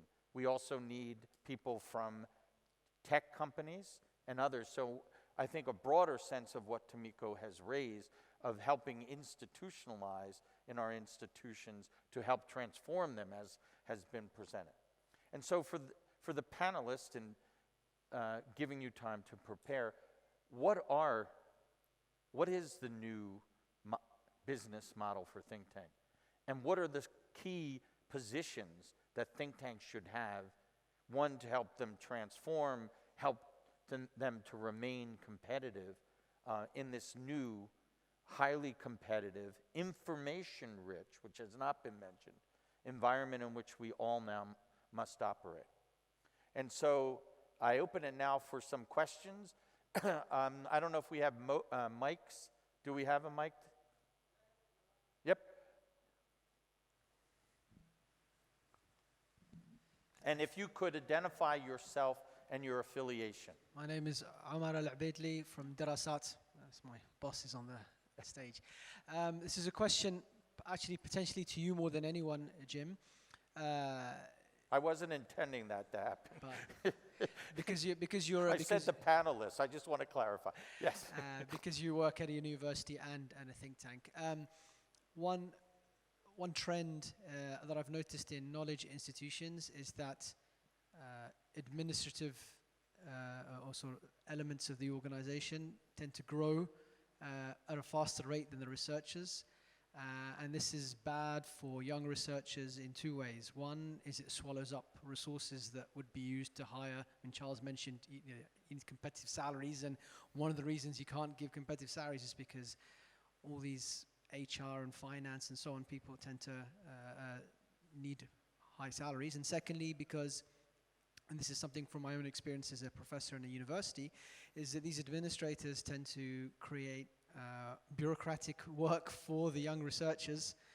As an assistant professor, I had to fill out all sorts of forms and go through quality assurance exercises and so on, which would not be present if researchers were running the show as they wanted. So what's the, and I think this tends to happen as an aside because it's easy to measure researchers' output, but it's difficult to measure administrators' output. So then they can be more effective in expanding their bureaucratic reach. Anyway, the question is to the panel and to you, perhaps more than anyone, Jim, is how do you stop that from happening? How do you stop this bureaucratic creep and this inflation of the non-research elements of the organization at the expense of the research elements, which then therefore harms the long-term quality of the research department? Thank you. So one, and I have to be, delicate here since I'm at a university, is I always, when someone comes to me and says, I want to start a think tank, what are things that I should do? And my advice in answering your question is near a university, but not at a university, because of the cultural differences and the drag that it creates is highly problematic and reduces the effectiveness in many respects of the institution for the reason you mentioned, because they're doing more paperwork than that. But in terms of more specifically in response, I think you can't make generalizations about other staff other than researchers, because the reality of which, I firmly believe, one, ideas will always be the central and most important part, and innovative ideas of think tanks. And I say, every institution is only good as its last good idea. And so you have to keep them coming. But, you know, as I have also said, that think tanks must innovate and die. And part of the innovation is administrative efficiencies, communications, and technology. The reality is that AI may make all of us irrelevant because you can now essentially search, if you're a lawyer, for the most effective argument for the specific case that you are arguing that has prevailed most frequently. And so why do you need a legal assistant or a junior lawyer if AI will do that? I think we all have to think about that because pencil pushers are going to be coming to the same conclusion. And we have to understand what's the value added. And more importantly, and in response to your question, how do we harness technology to increase our analytical ability? And how do we effectively argue that and present that? That will be and be able to do what Steve Weissman does at Peterson Institute for International Economics. How do you make complex things, not dumb them down, but make them accessible and make them in a way that brings about change that will make people's lives better? So I agree and understand what you're saying about researchers, but the organizations that will survive will have the right mix in terms of the business model that we will hopefully hear about in a second to address that. And they have to be lean, mean policy machines in some respects. There were other questions over here? And then we'll come back. And then Abla, yeah. Right. Well, possession of the mic is 9/10 of the law, so Abla, please ask your question while we're waiting. Okay. Hi, good afternoon. My name is Andrea Tanco. I'm from the Migration Policy Institute. Andrew Seeley sends his regards. So my question is, one of the challenges that we face is most foundations and sponsorship wants to target the funding for the initiatives or for the research. So the challenge is to find funding so that we can support our general operations or the development of talent, of internships, et cetera. So I would love for the panelists to just tell us a little bit more of what models are they formulating so that we can have more funding for these extra activities or extracurriculars almost that are not focusing on the research per se. In the sake of time, I would just ask one, unless another panelist has a overriding desire to jump in, if one of you could just address it. Through gesticulation, Andreas, it seemed that you were. Thank you. I said earlier that we professionalized certain activities like IT. This is something we did also for human resources, for event management, for a number of other support functions. And it actually helped us keep the scholars happier because they didn't have to waste their time on the things that they're not good at. And they had professional support where it mattered. As a consequence of that, we have a relatively high visible cost of all the things that are not scholarly. We have a fairly high level of cost for general expenses, as you would call them. And the practice has been to do two things. One is to make that transparent and explicit and associate that to the different programs and to the institute as a whole. And then to make that transparent to our funders and basically say, if you want to employ a scholar, an analyst, a communicator, a political whisperer through us, you must pay for the support staff. There is an overhead associated with it. Otherwise, we don't take your money. The surprising thing is that most people, once they explained the link and the utility of that general expense, they agree to cover it. Okay, next. And then in the back, from our young scholars. Yes, the young one is definitely more important. We'll hear, because of 9/10 of the law is possession, and since Abla has the mic. I did not have it. It was delivered to me. I didn't make any effort to take it. but we will hear first from a mature think tank executive, and then mature from is the not next. a nice word. I mean, just said that. But yours is not a nice word here. We will hear from a think tank, another think tank executive from the region. Yeah, Abla. that's much better. Thank you. Abla Abdel Latif, Executive Director of the Egyptian Center for Economic Studies. I want to thank all panelists for excellent, very inspiring comments. I have a specific question actually for Andreas. And it's revolving around the idea of, the revolving door and the career path for everybody that's working in the think tanks. You said that you better manage the exits, okay, and you encourage people to move to other jobs and so on. How do you manage the gap in the think tanks after these guys leave? Because there is an accumulation of knowledge, and then you have all your senior big people leaving. Then you have actually a bunch of juniors. How do you manage that? I just want to know about your experience here. And then one general question for all about social media. How do you communicate from your experience? Okay, you communicate your research through social media. Which channel is the most interesting one? Because the way you communicate through the social media varies. The type of researches that we do are heavy, okay, and so communicating them to the public is not actually very easy. So what is your experience there? Thank you. Whoever, the young guy in the back. Whenever somebody leaves, it's best to know early in the process and make sure that the people who work with them in the teams, project teams, program teams, they also know. Because whenever somebody goes, it provides opportunities for others in the organization to make a career jump. And that is the transition. Being willing to hand over your knowledge, your contacts, your assessment, and making sure that it is understood. Part of that is knowledge management, making sure that the knowledge is always shared in the team, but also between the scholar and the finance department, for example, for the contractual side of it. Yes, you always lose something, but you also win something. And it's a balance, and on the whole, it is unavoidable that people leave. There's a question of how you do it so that it causes least harm for you, yourself, for the team structure, for the contact with the clients, with the sponsors, with the supporters, with the external partners that we have. Sharing the contacts, that's the most important thing, and that's best done in team structures.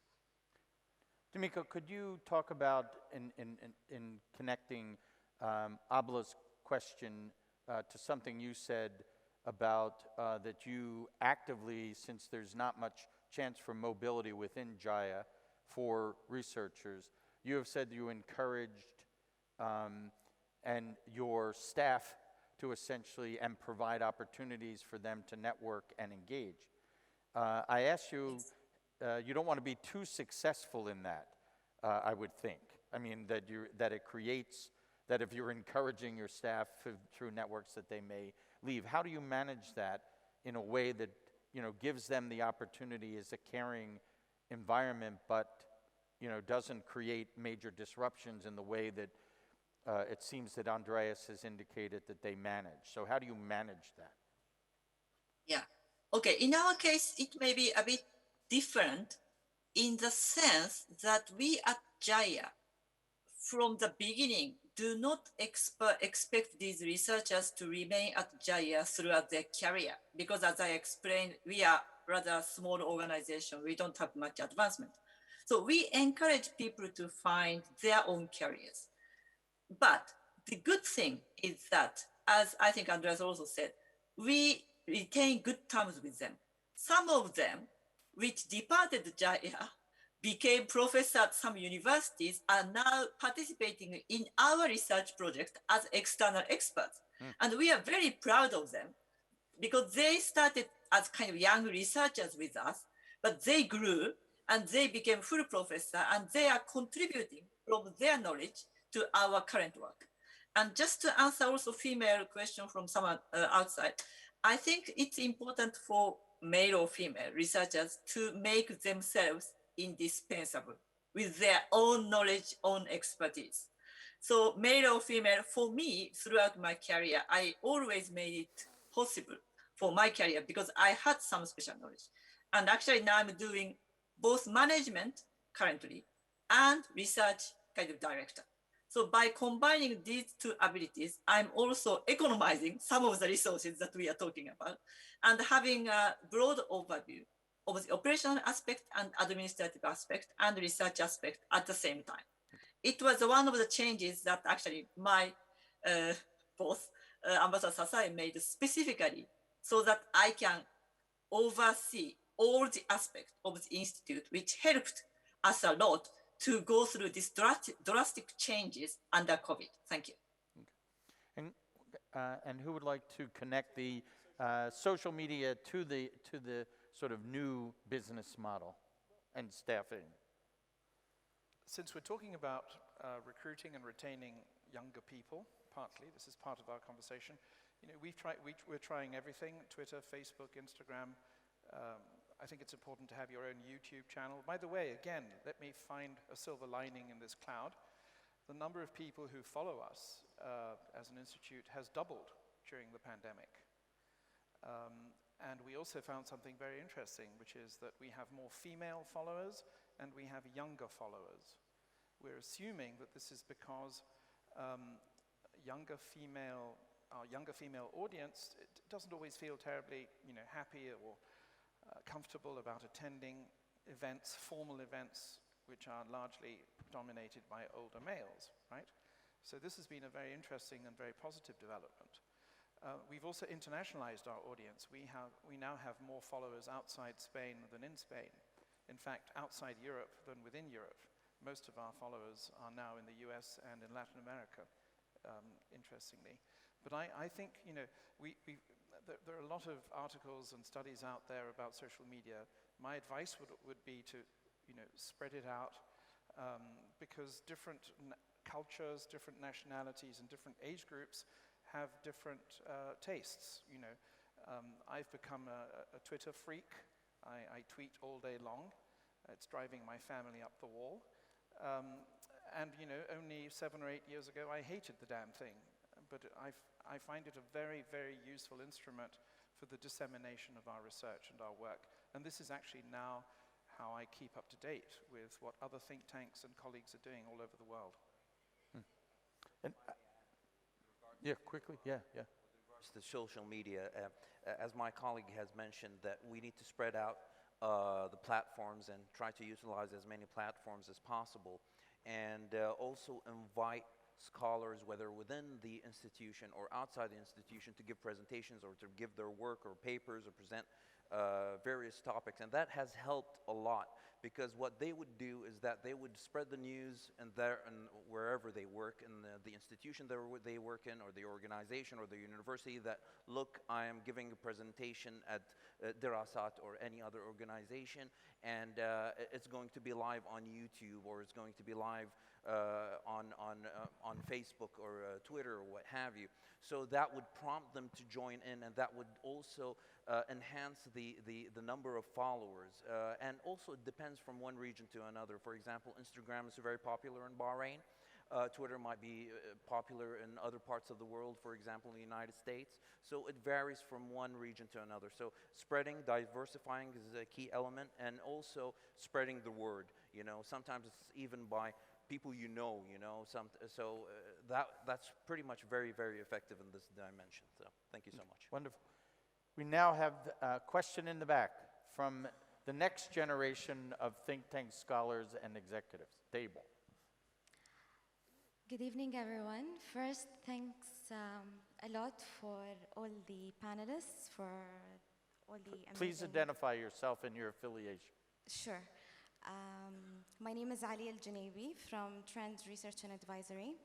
And I want to go back to thank the panelists again for the amazing information we had today. I think the youth are we're grabbing all the attention today, so we're very happy about it, especially females. My question, like in general for all the panelists, I want to point out the fact that we live in an exponential era of knowledge, technological revolution, especially AI. How can we deal with this huge amount of information, and how can we anticipate the future in a state of uncertainty? Is it as easy as it sounds? Well, I'm not often as an IR professor citing Henry Kissinger, but Henry Kissinger said that being a policymaker, and this may not be a reference that crosses cultures well, but being a policymaker is like being at the end of a fire hose. And if you don't know what a fire hose is, it's a high pressure flow of water, and it's so much that you can't deal with it. I think that we are all now at the end of a fire hose. And part of the challenge as institutions we face is how do you break through the noise? How do you communicate effectively the core issues? Because there's so much information, and it's not just in the policy arena. You know, think about if you're traveling or buying a book, there are 30 people telling you that they're the best, they've got the best deal. How do you possibly now know which one is the one that really has the good deal? We don't have the time to do that. The flow of information is constant and overwhelming. And so I think that's one of the core challenges of think tanks. And in terms of communications and social media, how do you do that? And then finally, that I would say in terms of the question of a broad-based approach, I think that makes total sense, but an interesting study by Heritage could tell and profile what was the social media or medium that is best, would reach certain audiences most effectively. And they could profile that. And so from my standpoint, whether it's someone telling someone that if you read this book, you could read that, if you can also identify what are the most effective means, those are the things that we need to do. And perfect that, and some of the costs are so high that that's where the community that's here needs to come together and figure out a way so it makes us all more competitive. Others that want to respond to that? Yes, I would like to, and that is that if there is too much information, two things. One is it's a great opportunity for think tanks because somebody needs to make sense of that. We get asked by people working in the ministries whose job it is to look at information and to condense it and provide meaningful messages for the political leaders, the ministers. Even the experts in the ministries now don't have the time anymore, and they have to outsource that essential purpose of filtering information, analyzing it, and finding out what is relevant and what is not. The second one, I would say, is think tanking is about the future. The future doesn't give us any information. All the data, all the stuff that overwhelms us is all about the past. Anybody who focuses on information and data too much and doesn't think about what might happen if is failing as a think tanker. Don't focus on all the information that floods. Step back and say, what does it mean and what would happen if? And then you're a good think tanker. Okay. We have time for one last question. Gentleman in the back has been patient. That's me. You're the gentleman in the back. Okay, thank you. Thank you. You have the mic once again. Thank you. First of all, thank you very much. We'll take two because, yeah. No. Okay, sorry. No, thank you, first of all, for the interesting discussion. My name is Sepa. I'm the Chief of Staff at the Anwar Gargash Diplomatic Academy. And what we do is we train the new generation of UAE diplomats for the Ministry of Foreign Affairs here in the UAE. Now, my question is, like, what we notice is every year we have to review our curriculum with the experts in the field, with the help of one of your previous speakers, Hakim Sebe, to look at culture diplomacy, with one of your upcoming speakers, Maksud Cruz, looking at psychology of diplomacy, and so on.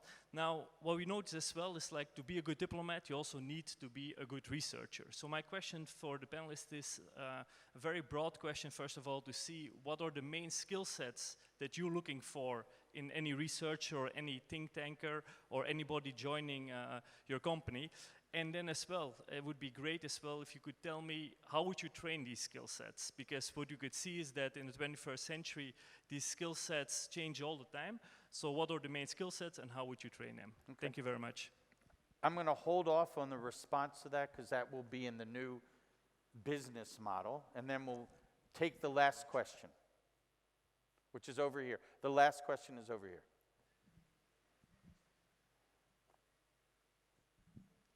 Mohammed Hamdawi, Director of Economic Studies at Trends. Thank you very much for your contribution. I'm fairly new to the change hubs industry. So my background is in research and consulting in the private sector, and we struggled with the same issues we struggled with it at the change hubs. I like that term, I'm going to use it from now on.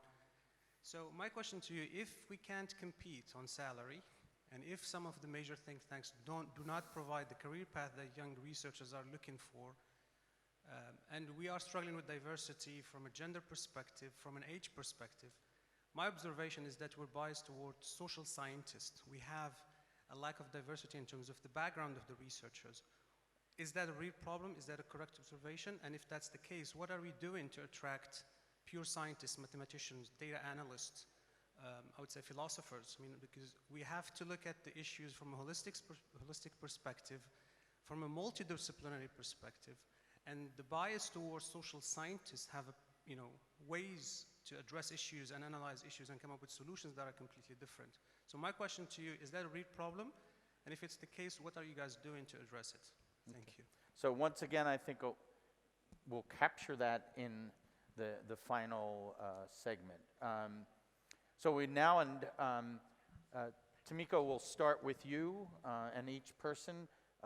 Everyone has been patient, and this has been a very rich discussion. I asked you to, you're designing a new business model for think tanks. What are the core elements and core positions in this new business model?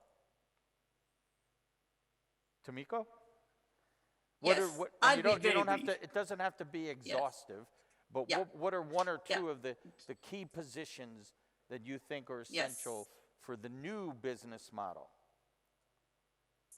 I think I just mentioned my position was newly recreated to oversee the both management side and the research side.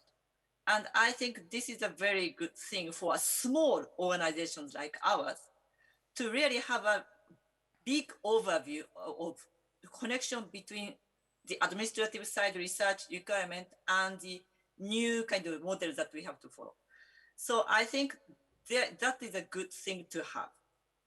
By that, we are economizing. We don't have any HR director, any other kind of usual stuff that we need to have. But for that, you need to have someone who has had long experience on the management side rather than research side. So I think I'm fitting that role very well. And just to respond to what we have to do in the kind of mindset in our kind of institutions, I just want to say the one sentence that I was always repeated when I was dealing with kind of crisis management mode. I think always expect the unexpected and always be prepared for the unexpected. So I'll stop here. Thank you. Okay. So I'm going to start in reverse, and I will not leave Charles to the last. So Hamid, could you, and then we'll move up this way, Hamid, and then Charles. And I don't know if your mic is working. Maybe you, if Hello? you can. Yeah. Oh, there you go. Right. Now it's working. There you go. With regards to the new model in terms of think tanks, I believe it's sometimes as simple as utilizing partnerships and also making new partnerships, especially with universities, where universities have a diverse areas of specialization. So whenever you need somebody in a specific area of specialization, you can always communicate with that university that you want that person in order to help you, write a report or write a presentation or a study with regards to a certain topic. And also try to communicate with them even further, invite the researchers and scholars and also professors from these universities to give presentations through your own platforms. So in order to develop some sort of a relationship between you as an organization and these universities, in addition to partnerships with other think tanks, regionally and globally. And also, in terms of a new business model, is looking into the utilizing technology in particular. We might have, during the pandemic, for example, it was difficult for us to travel from one place to another. But what we could do is that we could utilize researchers in a certain area of the world, get into contact with them, get into an agreement with them to do a specific study on something, in particular. So I think these two things, sometimes it's as simple as utilizing partnerships, I think will go a long way in the continuity of think tanks globally. Thank you. All right, Charles. And very quickly, first of all, a more diversified financial base. There was a question about this earlier. And we are now looking at local, regional, national, and international funding.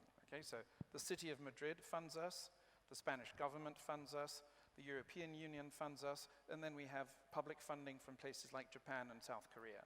Okay? Secondly, and contrary, this runs counter to one of the questions that our professor colleague raised, a more professionalized executive branch, if you like. You know, we were wishy-washy, gentlemanly academics going about our business and hoping that this would be fine at the end of the day. It wasn't.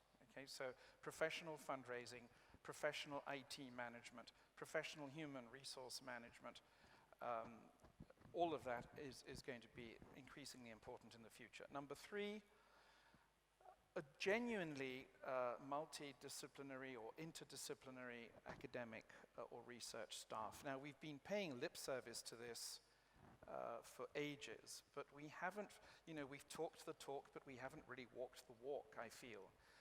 We actually bring together sociologists, political scientists, economists, IR specialists, but we don't actually very often look for people who are capable of bridging those disciplines within their own work. It's not good enough simply to encourage a sociologist to work with an economist. You know, I need a political scientist who has, you know, a pretty solid founding in international political economy, who can also talk to an IR expert or whatever, okay? And finally, following from your very interesting point, you know, every year I look at the projects the European Union funds, and I never know whether I should laugh or weep or do both intermittently. Because basically, there are hundreds of institutions in the EU and our 27 member states basically doing the same thing and chasing the same money, right? So we've come to the conclusion that in many areas, we will never have the expertise necessary to be really outstanding. So we are beginning, you know, to basically not tackle major projects unless we have scholars from other European think tanks involved from the word go. And some of those scholars may end up becoming our employees, you know, if the relationship is satisfactory.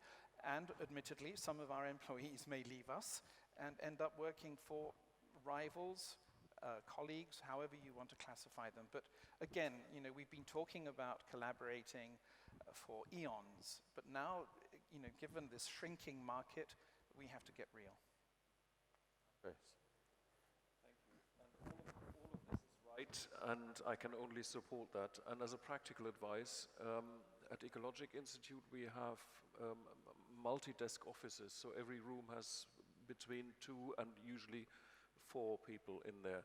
And I just make sure that if there is one economist in a room, the next one to go, there's a political scientist, after that goes an engineer or somebody else. I do not have rooms that have only one discipline, not the lawyers all in one place. It forces everybody to explain what they're doing in such a way that the others can understand it, and they learn the jargon of the other disciplines as well. It's a very simple, practical way of forcing people to start thinking across the lines. So, and this is really my business model, is build on what works. And when it comes to offering things instead of competitive salaries, by the way, we are obliged to pay salaries that are aligned with public sector pay. So that is competitive in some respects, but it's not competitive in other respects. But we, in addition, we give flexibility. People can go up and down with their working hours as life changes and their private needs change. They can do remote working. We use our networks with other think tanks, as you described, in order to do that. Providing meaningful work where curiosity is satisfied and where you have a story that you can tell your children and that you can tell your parents when you get home. This is what I did today, this is what I'm fighting for. That is worth an equivalent amount in salary. As we come out of the pandemic, it's pretty clear that there will be new think tanks being formed on public health policy. We were not prepared because we did not have contestation of the political ideas behind preparing for pandemics. We didn't pay enough attention, and nobody was pointing out that we didn't pay enough attention. There were not enough people thinking through, there were not enough think tanks on health. And I think you will see that in the rankings that you provide. The same on education. We all trained in molecular biology and epidemiology. Within a very short period of time, we all learned that whoever understands interest, which is a precondition for signing a credit card contract, actually understands exponential growth or exponential decline. We just didn't realize it. Our teaching at school and at university has not prepared people for the challenges, very practical challenges during the pandemic. I think education will change. So will be the demand for how do we now transition. We now know that we also have a climate crisis, but that we have a chemical pollution crisis, that we have a loss of biodiversity crisis. We know what we need to do, but we don't know how to do it. Technology is there, but the political strategies for getting the right technologies in place and getting the wrong technologies out of place are not there yet. And that is something where there is an increasing demand already.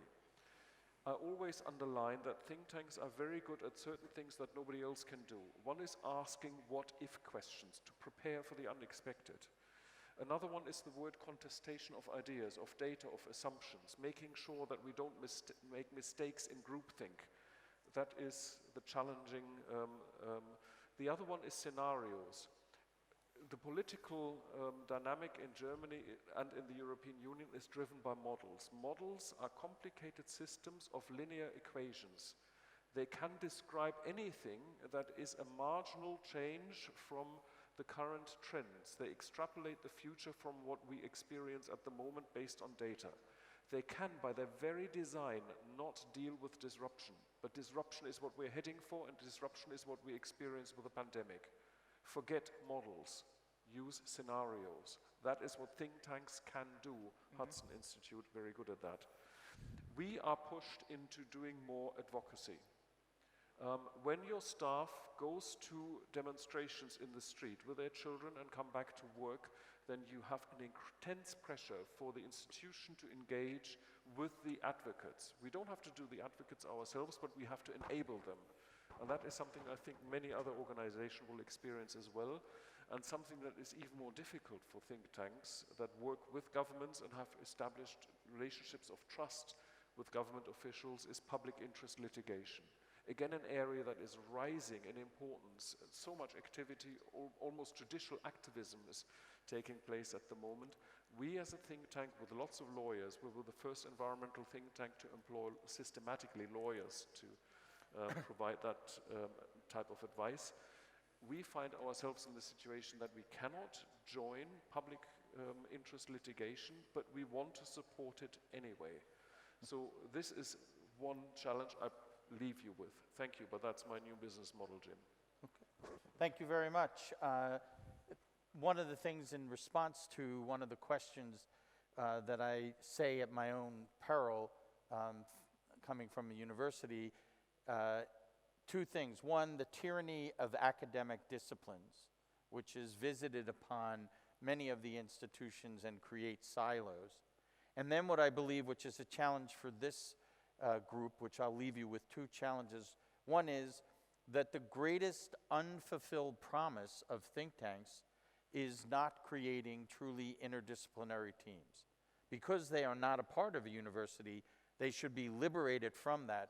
But the tyranny of academic disciplines as a main feeder for think tanks has mitigated that. And then finally, we started the discussion of the new business model.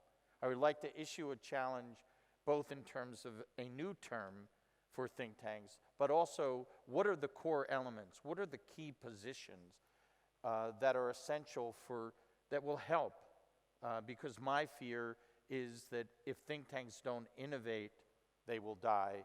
If they don't create a new business model, they will become extinct. And so it is this community today and tomorrow to think about what are the elements of the new business model. I want to thank all of you, and especially the panel for their contributions, and all of you in terms of your questions. I hope we have launched the discussion on the talent that it will be required for think tanks and set the stage for a very productive discussion over the next day and a half. Thank you very much, and thanks to the panel.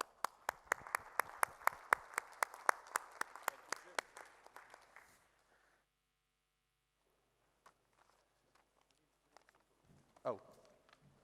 Thank you very much, Dr. James McGann and all the panelists for that really enriching discussion. Okay, go ahead. Sorry for this, folks. This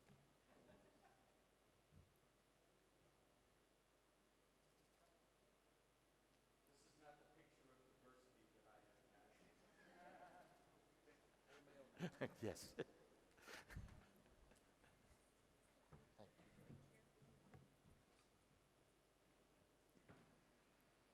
Let us now move to the keynote welcome address, which will be delivered by His Excellency Mr. Maqsood Cruz, Strategic Communication Advisor at the Ministry of Presidential Affairs in the United Arab Emirates. Your Excellency, the floor is yours. It's fine.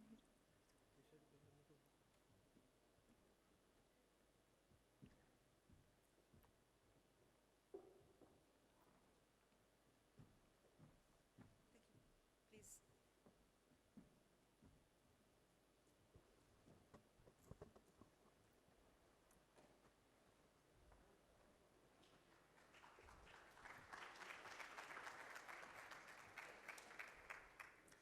First of all, and before we start the formal sort of address, I need to begin by welcoming each and every one of you to the sunny United Arab Emirates, the land of talent, creativity, and innovation. In fact, being here today with you is a great honor, and I have to congratulate both Trends Research and Advisory, as well as the University of Pennsylvania, and all of you who are contributing your knowledge, your expertise, and your ability to enlighten all of us together today. And to be very also open about the nature of the subject and the topic that we're planning to discuss today and tomorrow. And maybe allow me to begin with a very simple quote from the great German writer Goethe, where he says, "Knowing is not enough. We need to apply. And willing is not enough. We need to do." And frankly speaking, when we think about think tanks, and when it comes to the issue of talent, it's the application, it's the result, it's the final outcome that matters the most, and it's the one thing that we're all being judged. Are we delivering? Are we producing? Are we able to take our thinking to the next level? And if we think about think tanks in terms of their ability and how they're able to take things to the next level, we always reflect on one thing that is the most critical and the most important outcome. What are the results and how we can achieve that and how far we can go. Now that they took all the furniture away, this, in a way, explains why I had to hide behind the podium, and now I can be more of being myself. You see, the key word today is talent. And all think tanks, no matter how great or big or magnificent they might be, it boils down to the simple ethos of the individual, the thinker, the one who has that magnificent sponge, or the one who actually can reflect and think and be able to see into the future. You see, it is in a form of a circle. Sometimes it has a beginning, sometimes it doesn't. Sometimes we hope for an end, and maybe it doesn't. It's an ongoing process of developing ideas and thoughts. What I'm trying to do today is to share with you 3 main reflections. That's all. Trying to trigger some sort of thinking, some sort of deliberation. No specific information, nor data, nor numbers or knowledge, simply a reflection, a lazy form of exercise for the sponge between my own ears. The first reflection is this. What do we mean by talent? And how we can cultivate that talent? And where can we find actually the talent? Is it something that we bump into? Is it a coincidence that we need to look into? Or it's a deliberation of a process where you have specific tools, specific systems of identification, looking into those who are important, who are different, who are basically unique, who can do what others can't. You see, think tanks are in the business of envisaging, imagining the future. Well, that's old story. I argue, given what we've seen with the pandemic, it's now in the business of creating the future, of designing the future, of being ahead of ourselves, and I would argue only through true talent that we can do that. Therefore, can we find the talent? How can we develop it? And if we did find the talent, if we did discover the talent, how we take that talent to the next level that it actually deserves. The second reflection. All think tanks are based on thoughts and ideas. It's based on this ability to generate something that we haven't seen before, maybe connecting invisible dots, or being able to move forward with our imagination, creativity, and ability to take things to the next level. Having said that, though, without proper understanding of the freedom of thinking, freedom of expression, being able to constantly allow these creative minds the different approaches of how we can imagine, if we don't have the necessary platform, if we don't offer the necessary opportunities, that is not going to take place. It will not happen. As simple as that. Therefore, as we emerged as think tanks, and as we look at the individuals who are these think tanks, that space, that ability to take things to the next level is absolutely important. One of the great quotes that I like of a great writer called Kafka, he starts in a very ironic way by saying, "I'm a cage in search of a bird." And it's ironic because think tanks can feel sometimes this way. It's this mental cage looking for that bird to explain its purpose, its reason, its significance. And this takes me to the third and final thought I would like to share with you, that final reflection. How can we become something more than a cage? And how we can go beyond the assumptions of why think tanks even need to exist, or need to explore, or need to develop? How can think tanks move beyond the conventional ways of looking at them? Are think tanks there to validate what we're trying to say, what we already know? Is there any added value? Are we going to vanish at some point because we have some magnificent computing capabilities of certain intelligence that will take us to the next level? Frankly speaking, there's nothing that can beat the human potential. It is that ability to create, to innovate, to take things to the next level that we need not to forget and to constantly reflect and think about. To be very frank with you, with the event that we have today, where we're focusing on talents of different think tanks and having all of you from across the globe coming to this place specifically to generate specific ideas on what to do next, I think it's key and it's important to always remember and realize that the best is yet to come. And when we reflect on the future is actually what we want it to be. What kind of challenges we can envisage, what are the opportunities that we can create, and what are also the areas that we are missing that we need to cultivate. To be very frank with you, as we move forward with our debates and discussions, hopefully in the next day or so, although this event is just one event, I think that exercise of constantly reflecting on all the thoughts and ideas should not just end by the end of this event. And frankly, we should be able to take this discussion even further and move forward with how we need to look into this, how we can understand it, and what we need to do in terms of our absolute collective wisdom and taking things to the next level. To conclude, Today is not just about trying to get information and knowledge. It's not about maybe nice and fancy presentations or even great empirical data, those who are quantitative or qualitative, and this endless debate. To be very frank with you, today is about being bold, taking things to the next level, looking into ourselves and reflecting in a very serious manner. The foundation of critical thinking has a wonderful definition that I personally endorse. Critical thinking is the awakening of the self to study itself.